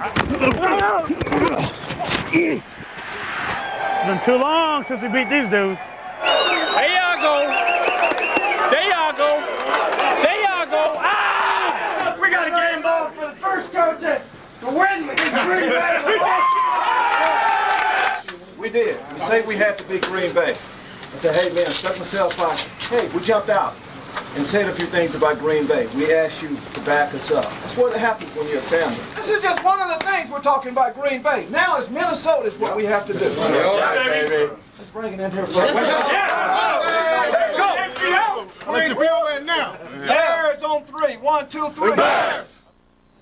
It's great to hear that emotion in Coach Lovie Smith's voice, and I think there's irrefutable evidence that the Florida guys can make plays out there. They're giving you a lot of grief on the sideline. They were. They didn't think I knew those words. So it's inconclusive, though. What do you think about the sounds of the game? I think they need a football thesaurus. Keep it there on the sideline and open up real quick to see what the referees are saying. But you know, they got some smart guys in that defensive line. You know, dummies can't play football. You know, the smartest guys in the world aren't the best to have, but again, you know, it was impressive to see the camaraderie that takes place in the sideline. And they got to be careful because you Gators outnumber most of them. It's you and Grossman and Ian Todd Scott, Todd Johnson. Yeah. Jeez, so you're going to take over the team. Definitely. Not change the colors, though. Coming up next, we'll talk about another big game for Brian Urlacher in the middle, plus a big step forward for one of those Gators, the quarterback, Rex Grossman. Thomas Jones, Chicago Bears. And you're watching Bears Game Night Live. That's Jeff Joniak on News Radio 780 WBBM. Another good game for the defense in general, especially the guy in the middle. Brian Urlacher had 9 tackles, also stripped the ball from Longreen near the goal line. How about the way Urlacher started out his year? It seems like he's got something to prove this year. He is unbelievable. People, I mean, I heard a lot of people talking about how he was, if he was going to be ready to play, if he was going to start out slow. He's unbelievable. He comes in, he didn't practice at all during training camp, and he comes in and he makes play after play, game after game. So he's an unbelievable athlete. You know, for us that don't know, are not in the defensive huddle, a guy like Urlacher, what's his demeanor like as he's calling the defense from the time the defense is called until the play takes place? Is he giving hints and clues, or does he just call the defense and let you guys go about your business? No, if he sees something that we practiced during the week or that kind of the tendencies, he calls it out to let us be aware of this, or this might come or that might come. But it's kind of like fourth quarter when everybody's tired, he's still up there like, let's go, let's go. So is Lance Briggs quiet, or does he add something? Lance is like kind of the opposite. He's the guy that's getting everybody going, Urlacher, he talks a little bit, but not a lot. All right. Tom, I want to ask you about Rex Grossman today. 10 of 18, 132 yards. Did he take a big step forward in terms of the way he generaled the team? Oh, I think an unbelievable step forward, because it's a very hostile environment in Lambeau Field. You can't hear the snap count. It's hard to control your all 11 guys on offense, or 10 plus Rex Grossman. But you know, what was interesting to watch from the booth, there are times when the formation needed adjustments made before the snap of the ball. And he just very calmly made the adjustments with the receivers and the backs and got everybody in the right position. There's no panic in this guy. And every game is not necessarily going to get easier, but it's going to slow down for him. And, you know, his potential is unlimited, but he means so much to the value of this team in the long run. And we saw how excited he can be when he gave the game ball to Lovie Smith. That was priceless video. Well, coming up next, we're going to take a look ahead to next week's game, again on the road against the Minnesota Vikings. Also get some final thoughts from Alex and Tom. Stay with us. Desmond Clark, Chicago Bears. You're watching Game Night Live. Who's your favorite football player? Oh, that's right. Great. That would make you some points at home. No question about it. Get anything you want. Now, how do you bring down Dante Culpepper? Was he about 6'6", 260? Yeah, gang tackle. Yeah. So we need about 3 or 4 guys there. So I don't think 2 will do it. Culpepper had 5 touchdown passes last week. They play tomorrow night against the Eagles. People can get a little bit of they're coming off another big emotional game on Monday Night Football, just like the Packers did last week. So stick with the game plan, chase around Dante Culpepper, and don't let their running game beat you. And you guys can ride that emotion right into Minnesota, beating the Packers, right? Oh, yes. We definitely got to do a better job stopping the run, though. That's first and foremost. So. All right. Tony, high five? High five? High five? Low five? Side five? There you go. Now we go. We got some good karma. For Alex, Tom, Antonio, and Jeff Joniak, thanks for watching. Remember, we'll get you set for next week's game against the Vikings. Game day live at 10:30 a.m. Good night, everyone. Good night. Bears Game Night Live. To our post-game show, Mark Malone will join us from Soldier Field with Bears Reaction, and we will get Mike Ditka's analysis and a live report in just a few minutes. But first, another look at Peyton Manning destroying another defense. And when the Bears offense wasn't doing nothing, it was shooting itself in the foot. Manning came into the game with 31 touchdown passes, 17 behind Dan Marino's all-time record. The Colts marched right down the field on their first possession, 10 plays, then Manning to Marcus Pollard, 7-0, the Colts on their way. The only way the Bears could hang in there in this game was for the defense to score like they have been lately. And what a chance. Lance Briggs drops what would have been an easy touchdown for the Bears. It was only 7-3 after a quarter, then it gets really ugly. Manning to Reggie Wayne. Nathan Vasher burned 35 yards, 14-3 Colts on top. Turnovers will kill any team. On this play, Craig Krenzel and Thomas Jones with a bad exchange. The Colts recovered on the 13, setting up another Manning touchdown strike. And the Colts get a field goal after this one. Krenzel rolls to the right and fires, hitting the only open man in the area. That was the Colts' Joseph Jefferson, 27-3 at halftime. Into the third quarter, a bright spot, one of the few bright spots. Manning looking end zone again, but Nathan Vasher is there. He picks it off, and this is the 4th interception of the year for the rookie. He returned it 30 yards, but the Bears offense once again did nothing with it. And shortly after that, Manning operates again, 27 yards. A great catch by Reggie Wayne. He had 6 grabs on the day. It was 34-3 after that. 4 touchdown passes today by Peyton Manning. So the Bears fall to 4-6 on the year, and the 3-game win streak comes crashing to an end. CBS 2's Mark Malone is live at Soldier Field. And Mark, unfortunately, we kind of saw this coming, didn't we? Well, we did. We talked about it earlier in the week, Howard. There's no doubt about that. This is a football team, when you talk about Peyton Manning and the Colts, that destroy just about every defense they've gone up against, and that certainly was the case today here at Soldier Field. The Bears defense had played very well the last 3 games, but they struggled certainly today against Peyton Manning. The question now remains, what do you do on offense? They tried to run the football. They tried to control the clock with Thomas Jones. Their inability to do that forced Craig Krenzel to have to throw the ball. You mentioned turnovers. They had 5 today. 4 of those Craig Krenzel was involved with. 2 fumbles and 2 interceptions. That's not winning football, especially against a team like the Indianapolis Colts. Craig Krenzel did address the media just a few minutes ago. Let's listen to what he had to say. Obviously, there's a lot of plays that I'd like to have back, and there's a lot of plays as a team we'd like to have back. And then other plays, I feel I do a good job, and then there's other plays where, I don't, I know that I need to be much better on. Krenzel stepping up in the pocket to the sideline. Yeah, the mood at halftime is we felt, our defense was we put them in some tough positions, and we felt if we come out in the second half and didn't do that, and they were confident that they could go out on the field and go get their job done and stop them, and we were going to try and go out and score some points and make it a game again, and everybody was fired up and ready to go for the second half. 14 at the 20. Krenzel rolls out of the pocket, looking. On the run. Yeah, there's no doubt. We're excited to go out there Thursday. It's going to be another great challenge for us in Dallas. Great football team, and it's going to be great that it's a short week. We can get this bitter taste out of our mouth. Hopefully, go out there and play well enough to get a win. Craig, how can you improve your accuracy? Yeah, I just need to improve my decision making. The quicker I make my decisions, and the less I'm thinking with the ball in my hand, the more comfortable I'm going to be and the more accurate I'll be. You heard Craig Krenzel talk about the short week. Obviously, they'll be heading to Dallas to play the Cowboys on Thanksgiving. Again, the inability to convert on 3rd down, a problem. The sacks, again, a problem. He talked about getting the ball out of his hands quickly, but that continues to be a problem for the rookie quarterback. Let's bring in a colleague of ours, Mike Ditka, who's in Bristol, Connecticut. And, Mike, it's good to have you with us here as we talk about the Bears and the Indianapolis Colts. First of all, let me get your initial thoughts about this game. Obviously, it wasn't a good one if you were a Bears fan.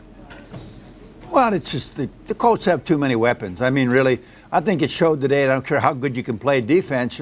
What they do, they have to cover the receivers. They only put 7 in the box. Edgerrin goes for over 200 yards. It's the same old story. And the Bears' offense did absolutely nothing early in the game. They stayed close because of the defense, but then start turning the football over. Like you said, 5 turnovers.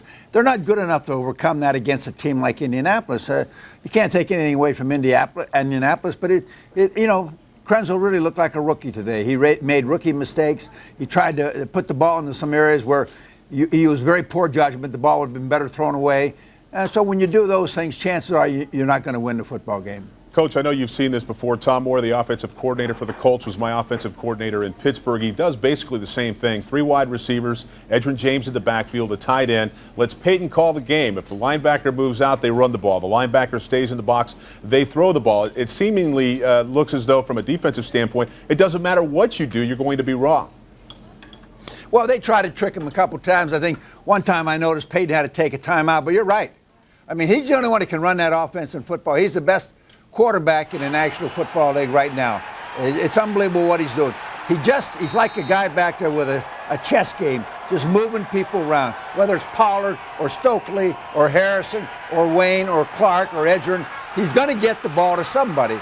He's got a great arm. He's got a great feel, great anticipation, and he really understands the game of football, probably, Mark, better than any quarterback in the league right now. He's a student of the game. He studies it as much as the coaches do. So when the coaches come in and say, look, maybe this is what we ought to do, and Peyton can say, hey, maybe this is what we do. I feel more comfortable doing this or this or this. And that's why, I mean, it's pretty interesting to watch, because you're talking about an era where you don't see this anymore. You know, in the old days, quarterbacks used to call their own plays. But I tell you what, this is even better than that. To me, this is better because he's setting that offense. As you notice, they don't move people. He sets it. He says, all right, what are you going to do? And as soon as he sees what you're going to do, bam, he does the other thing. Well, you mentioned it. There are a few quarterbacks in the National Football League today that are given the responsibility to sit at the line of scrimmage, call their own plays, and cause substitution problems, certainly for the Chicago Bears defense today. Coach, stand by. We'll get back to talk to you in just a little bit. We'll also have some guests. In the meantime, let's throw it back to the studio and Howard Sudbury. Howard? All right, Mark, thanks a lot. And we will continue on our post-game show. Coming up, we'll hear from Coach Lovie Smith and a few others. The Bears turned it over 5 times today, by the way. 2 interceptions, and 3 lost fumbles. Our post-game show rolls on right after this.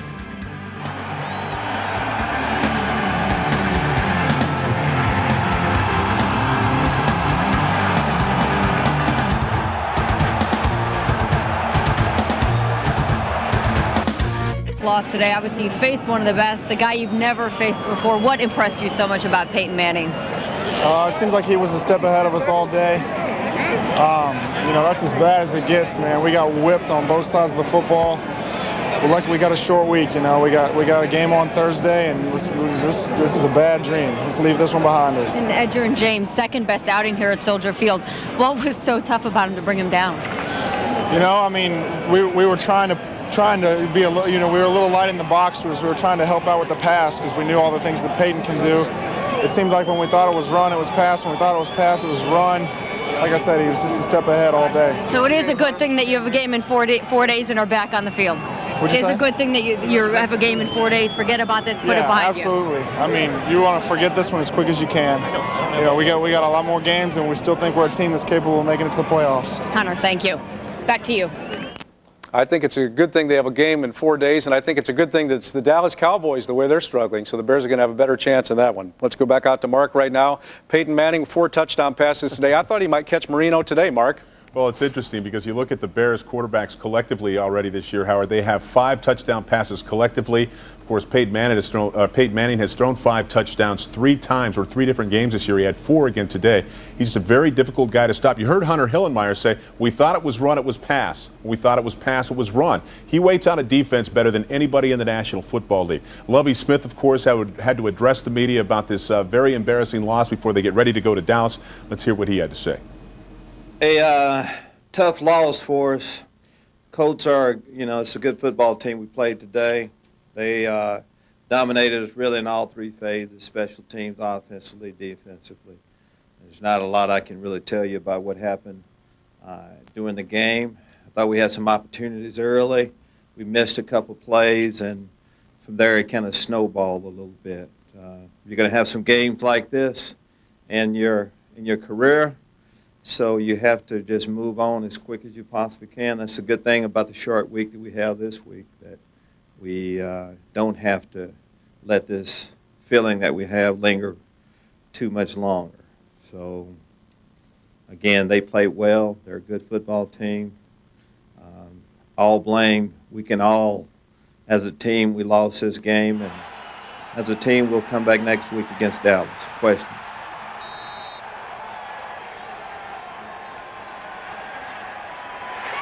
Did I see this coming? No.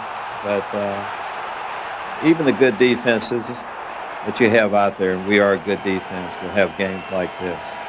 You just don't want to have too many. And you move on. These things do happen.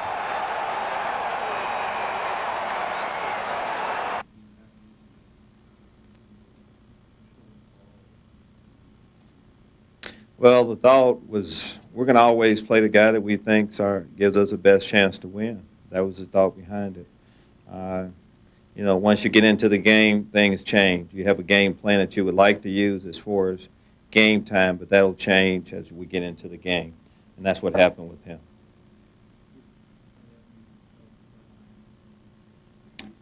that was a part of it, and we just wanted to go in a different direction. Next question.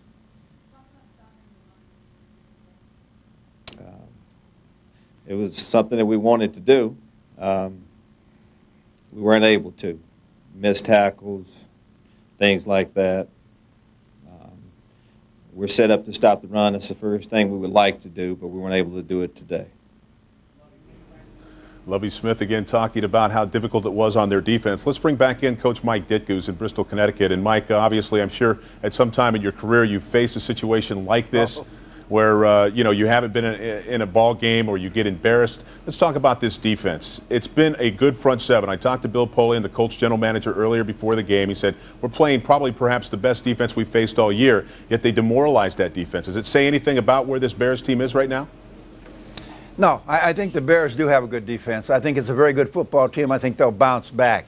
I think you got to look at the weapons that the Colts have and the way they use them, Mark. There's no team in football that can do what they can do. And if their defense plays at all respectably, they're going to be a team at the end of this season. You're going to have to deal with these guys because they can put numbers on the board. You don't know where to stop them. Listen to Hillenmeyer when you thought it was run, it was pass. When you thought it was pass, it was run. You got 5, 6 weapons to go with. Their line's pretty good. Their defensive line is not bad. Put a lot of pressure on Creswell. The Bears knew going in they had to play almost an air-free game, not turn the ball over, to be in this thing at the end, and they couldn't do it. But that's not a slap at them. I think you got to understand, hey, it's a football game. It's over with. Forget about it. Go on to the next thing. What about missed opportunities, Coach? That's something that this Bears team has to talk about. I mean, they haven't done that. Right. Go ahead. They've made the plays. Right. Well, we saw Lance Briggs, obviously, with the interception chance early in the ballgame. That certainly could have put this game in a different perspective. There's no question about it, and that's what they need. They need that spark. They need the defense to do something or the special teams to do something to take some of the pressure off the offense. When you get the offense playing from behind in catch-up football, it's not what they're good at. We know that. So they get out of the game plan. They wanted to pound him with Thomas Jones. They couldn't do that anymore. They had to start throwing the football a lot more. A lot of missed tackles. Lovie was right. A lot of missed tackles, which we haven't seen from the Bears defense. They were trying. They came up. On the one run Edgerrin made, I think I counted 3. And then they were all pretty good football players who missed a tackle. So, when you got Edgerrin James, you're trying to bring him down. He's going to make you look bad once in a while. This wasn't their day. The best thing that could happen to the Bears is going to happen to them. They're going into Dallas, a team that's really been knocked around pretty good also. So we'll see what happens on Thanksgiving Day. Coach Alex Brown joins us now here at Soldier Stadium. And Alex, first of all, let's talk. Coach and I have been talking a lot over the last couple of minutes about this Peyton Manning run offense. It's a difficult thing to have to defend. You guys, for the last 3 weeks, had not only been doing a great job with the sacks and the turnovers, but you'd scored touchdowns. Today was a different story. Yes, it was. We weren't able to get off the field. We weren't able to get after Peyton Manning, and he did what he wanted to. They ran the ball well, and when they ran the ball, so that set up the play action for him, and when they play action, they throw it deep. We weren't able to get pressure on him. It just wasn't our day. Watching from the press box, it seemed to me that when there were 3 linebackers in the box, they threw the ball. As soon as they had a slot, they moved the linebacker out, they ran the football. It seemed no matter how you lined up, you were going to get something you didn't want. Well, in those situations, we got to tackle. I mean, we missed so many tackles today. If we just tackle, we'd be okay. I mean, it'll be up for a minimum gain, 3 yards. But he bounced off tackles like a pinball. Like he was in a ball and pinball machine. He just kept bouncing, and 12 yards, 15 yards. And it was bad. He like I said, he basically did what he wanted to. Peyton, no matter what play he called, it just seemed like it worked. Right. And we couldn't get anything done today. Over 200 yards for Edgerrin James today, obviously, as you mentioned, didn't particularly tackle very well, but it was the big runs, the 45-yard run, the 60-yard run. Those things break a defense back. Oh, yes, they do. When you sit there and you talk about all week, just being in your gap, and then you got a guy in that gap, but then we miss a tackle. Then another guy misses a tackle, and then he's 20 yards on the field after that. So we have to get better for one. We have to understand that we lost this game. We got beat up pretty good. But we also have to understand that Dallas is Thursday. Right. And Thursday is like right around the corner. So one of the things I noticed, especially early in the ball game, they didn't huddle up. So they create substitution problems for you. There were times where it looked like you would like to substitute and get the nickel on. You weren't able. How much of a factor did that end up becoming in this game? Well, I think some. I think some. Just getting a play call. getting the right personnel in, like you say, but we still have to tackle. I mean, I think when we look at the film, I think it's all going to boil down to tackling and just being accountable as far as being in your gap, making a play when the play comes to you. We weren't able to do that. We only had one play today, and that was Vasher. The interception. We made an interception. That's it. It's the only thing we did, and we can't win like that. Well, not certainly against a team like the Definitely Indianapolis Colts and Peyton Manning putting up the points he does. Alex, thank you for joining us. No problem. Again, you will play on Thanksgiving against the Dallas Cowboys. Howard, until we get another guest here, let's send it back to you in the studio. All right, Mark, back to you and Mike coming up in a couple of minutes. We'll focus on Peyton Manning in the game as it should be, but Edgerrin James, 23 carries and 204 yards rushing, including a 40-yarder. We'll continue on our postgame show right after this.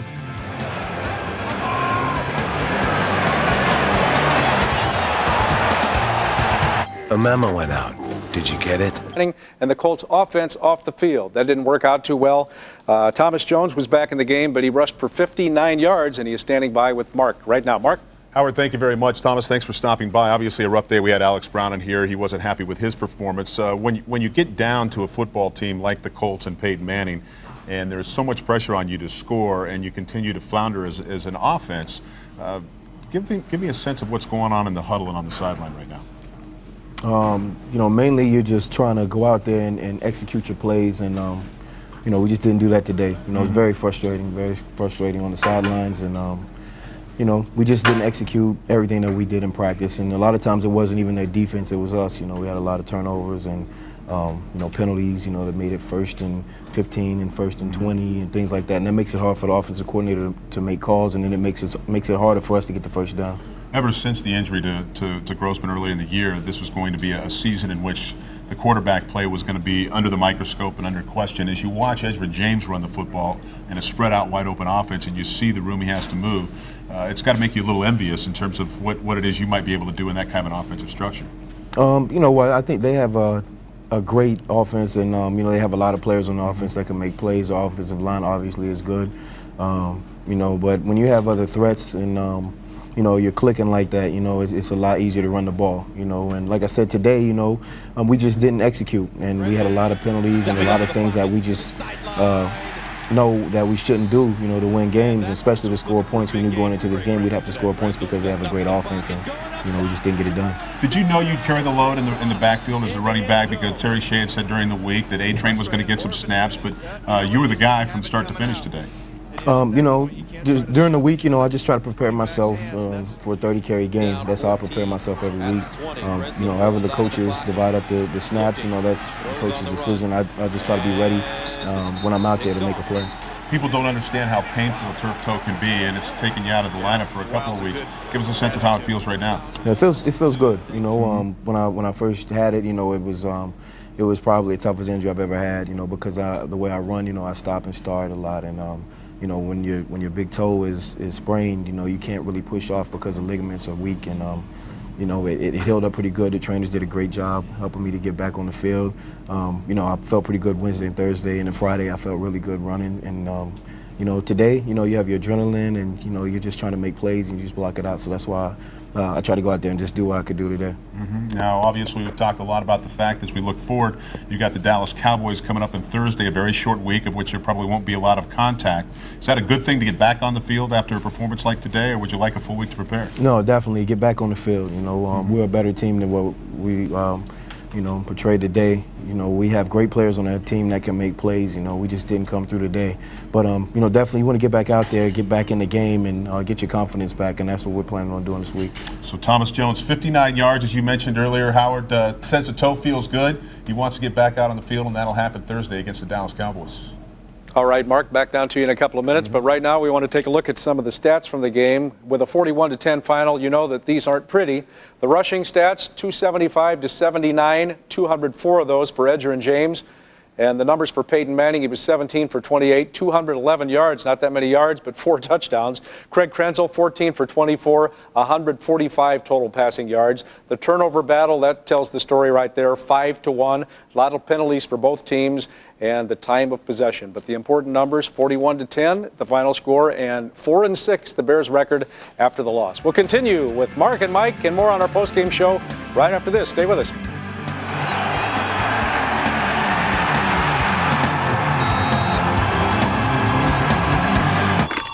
Heinrich. You don't miss coaching, right? When one of these happen.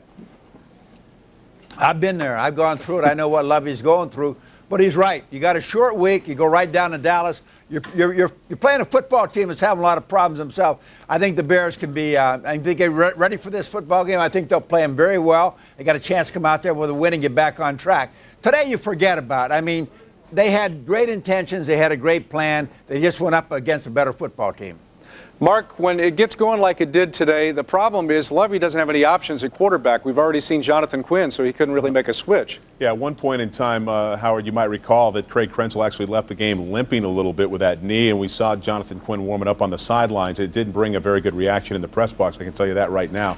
You're right, he doesn't have a lot of options, and when we had Thomas Jones here, it's one of the things he talked about as well. There aren't a lot of options as a running back. If you can't spread the ball around and stretch the field and really challenge that defense both vertically and horizontally, it's going to be difficult to run the football. What they've done in the last 3 weeks is run, and let the defense make plays or play on special teams and won a football game, but that wasn't going to work today against the Colts. And that's the thing, Mike. How can you run the football effectively when you don't even have a threat of a passing game? Well, you're down 9 minutes in the time of possession. That was what they didn't want to get into. They wanted to be able to control the time of the clock and keep the offense off the field for the Colts. They couldn't do that. You've got to be able to execute. The most important thing, I don't care what happens, but you can't get that penalty on first down. It's going to put you back in 1st and 15, 1st and 20, and then get out on 3rd down. Their 3rd down execution was horrible, and that's why they're having problems. You got to execute better on 3rd down, but the only way to do that, to be honest with you, is don't get into long 3rd down situations. Get into 3rd down situations that are at least manageable. Now, by manageable, I mean 3rd and 6 or less. That's been their problem the entire year. They get into, they don't do anything on 1st down, they don't do anything in 2nd down, and then the kid is in big trouble. Mark, what percentage? Peyton Manning gets right to the line of scrimmage. That's so he's got so much time to do whatever he's doing out there. What percentage of the time is he doing absolutely nothing, just trying to confuse the defense? I would say he's probably doing absolutely nothing, maybe 20% of the time. I think 80% of the time, one of the things he's trying to do, first of all, is keep people from substituting defensive personnel on and off the field, and that's why you see the mill around the football. The second thing that happens is he wants to set that defense in formation and take a look at what you're doing. You notice he's got a couple of snap counts. He kicks his leg a couple of times.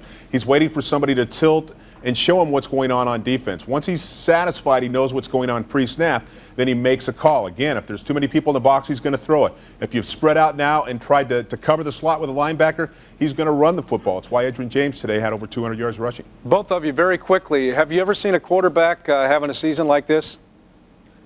In terms of Edgerrin? I haven't seen anybody. Well, I haven't seen anybody either. Obviously, I played against Montana, had a great year. Marino had a great year in '84 and '85 when he set a lot of these records. But this is a very special thing that Peyton Manning's doing right now. Mark, I thought you were going to say I had a pretty good year once. Not that good, my man. Go ahead, Mike. I'll tell you one thing I would do. If I was the opposition, I would have a camera on him. Forget about looking at the rest of the team, and I would figure out what those hand signals are, what he's trying to tell his offense, what he's trying to tell his receivers, what he's trying to tell the back. Now, that doesn't mean it's going to help you a lot, but if you can figure out when they're running it and when they're throwing it, it should be a big advantage. Well, that should be. And nobody's been able to do it yet, though, Mike, I don't think. No, they haven't. I know that. All right. Thanks a lot, guys, to both of you, and maybe the Bears will have better luck when they get to Thursday on Thanksgiving Day at Dallas. Thank you, guys. All right. In the NFC North, the Vikings have struggled without Randy Moss as they fight to hold on to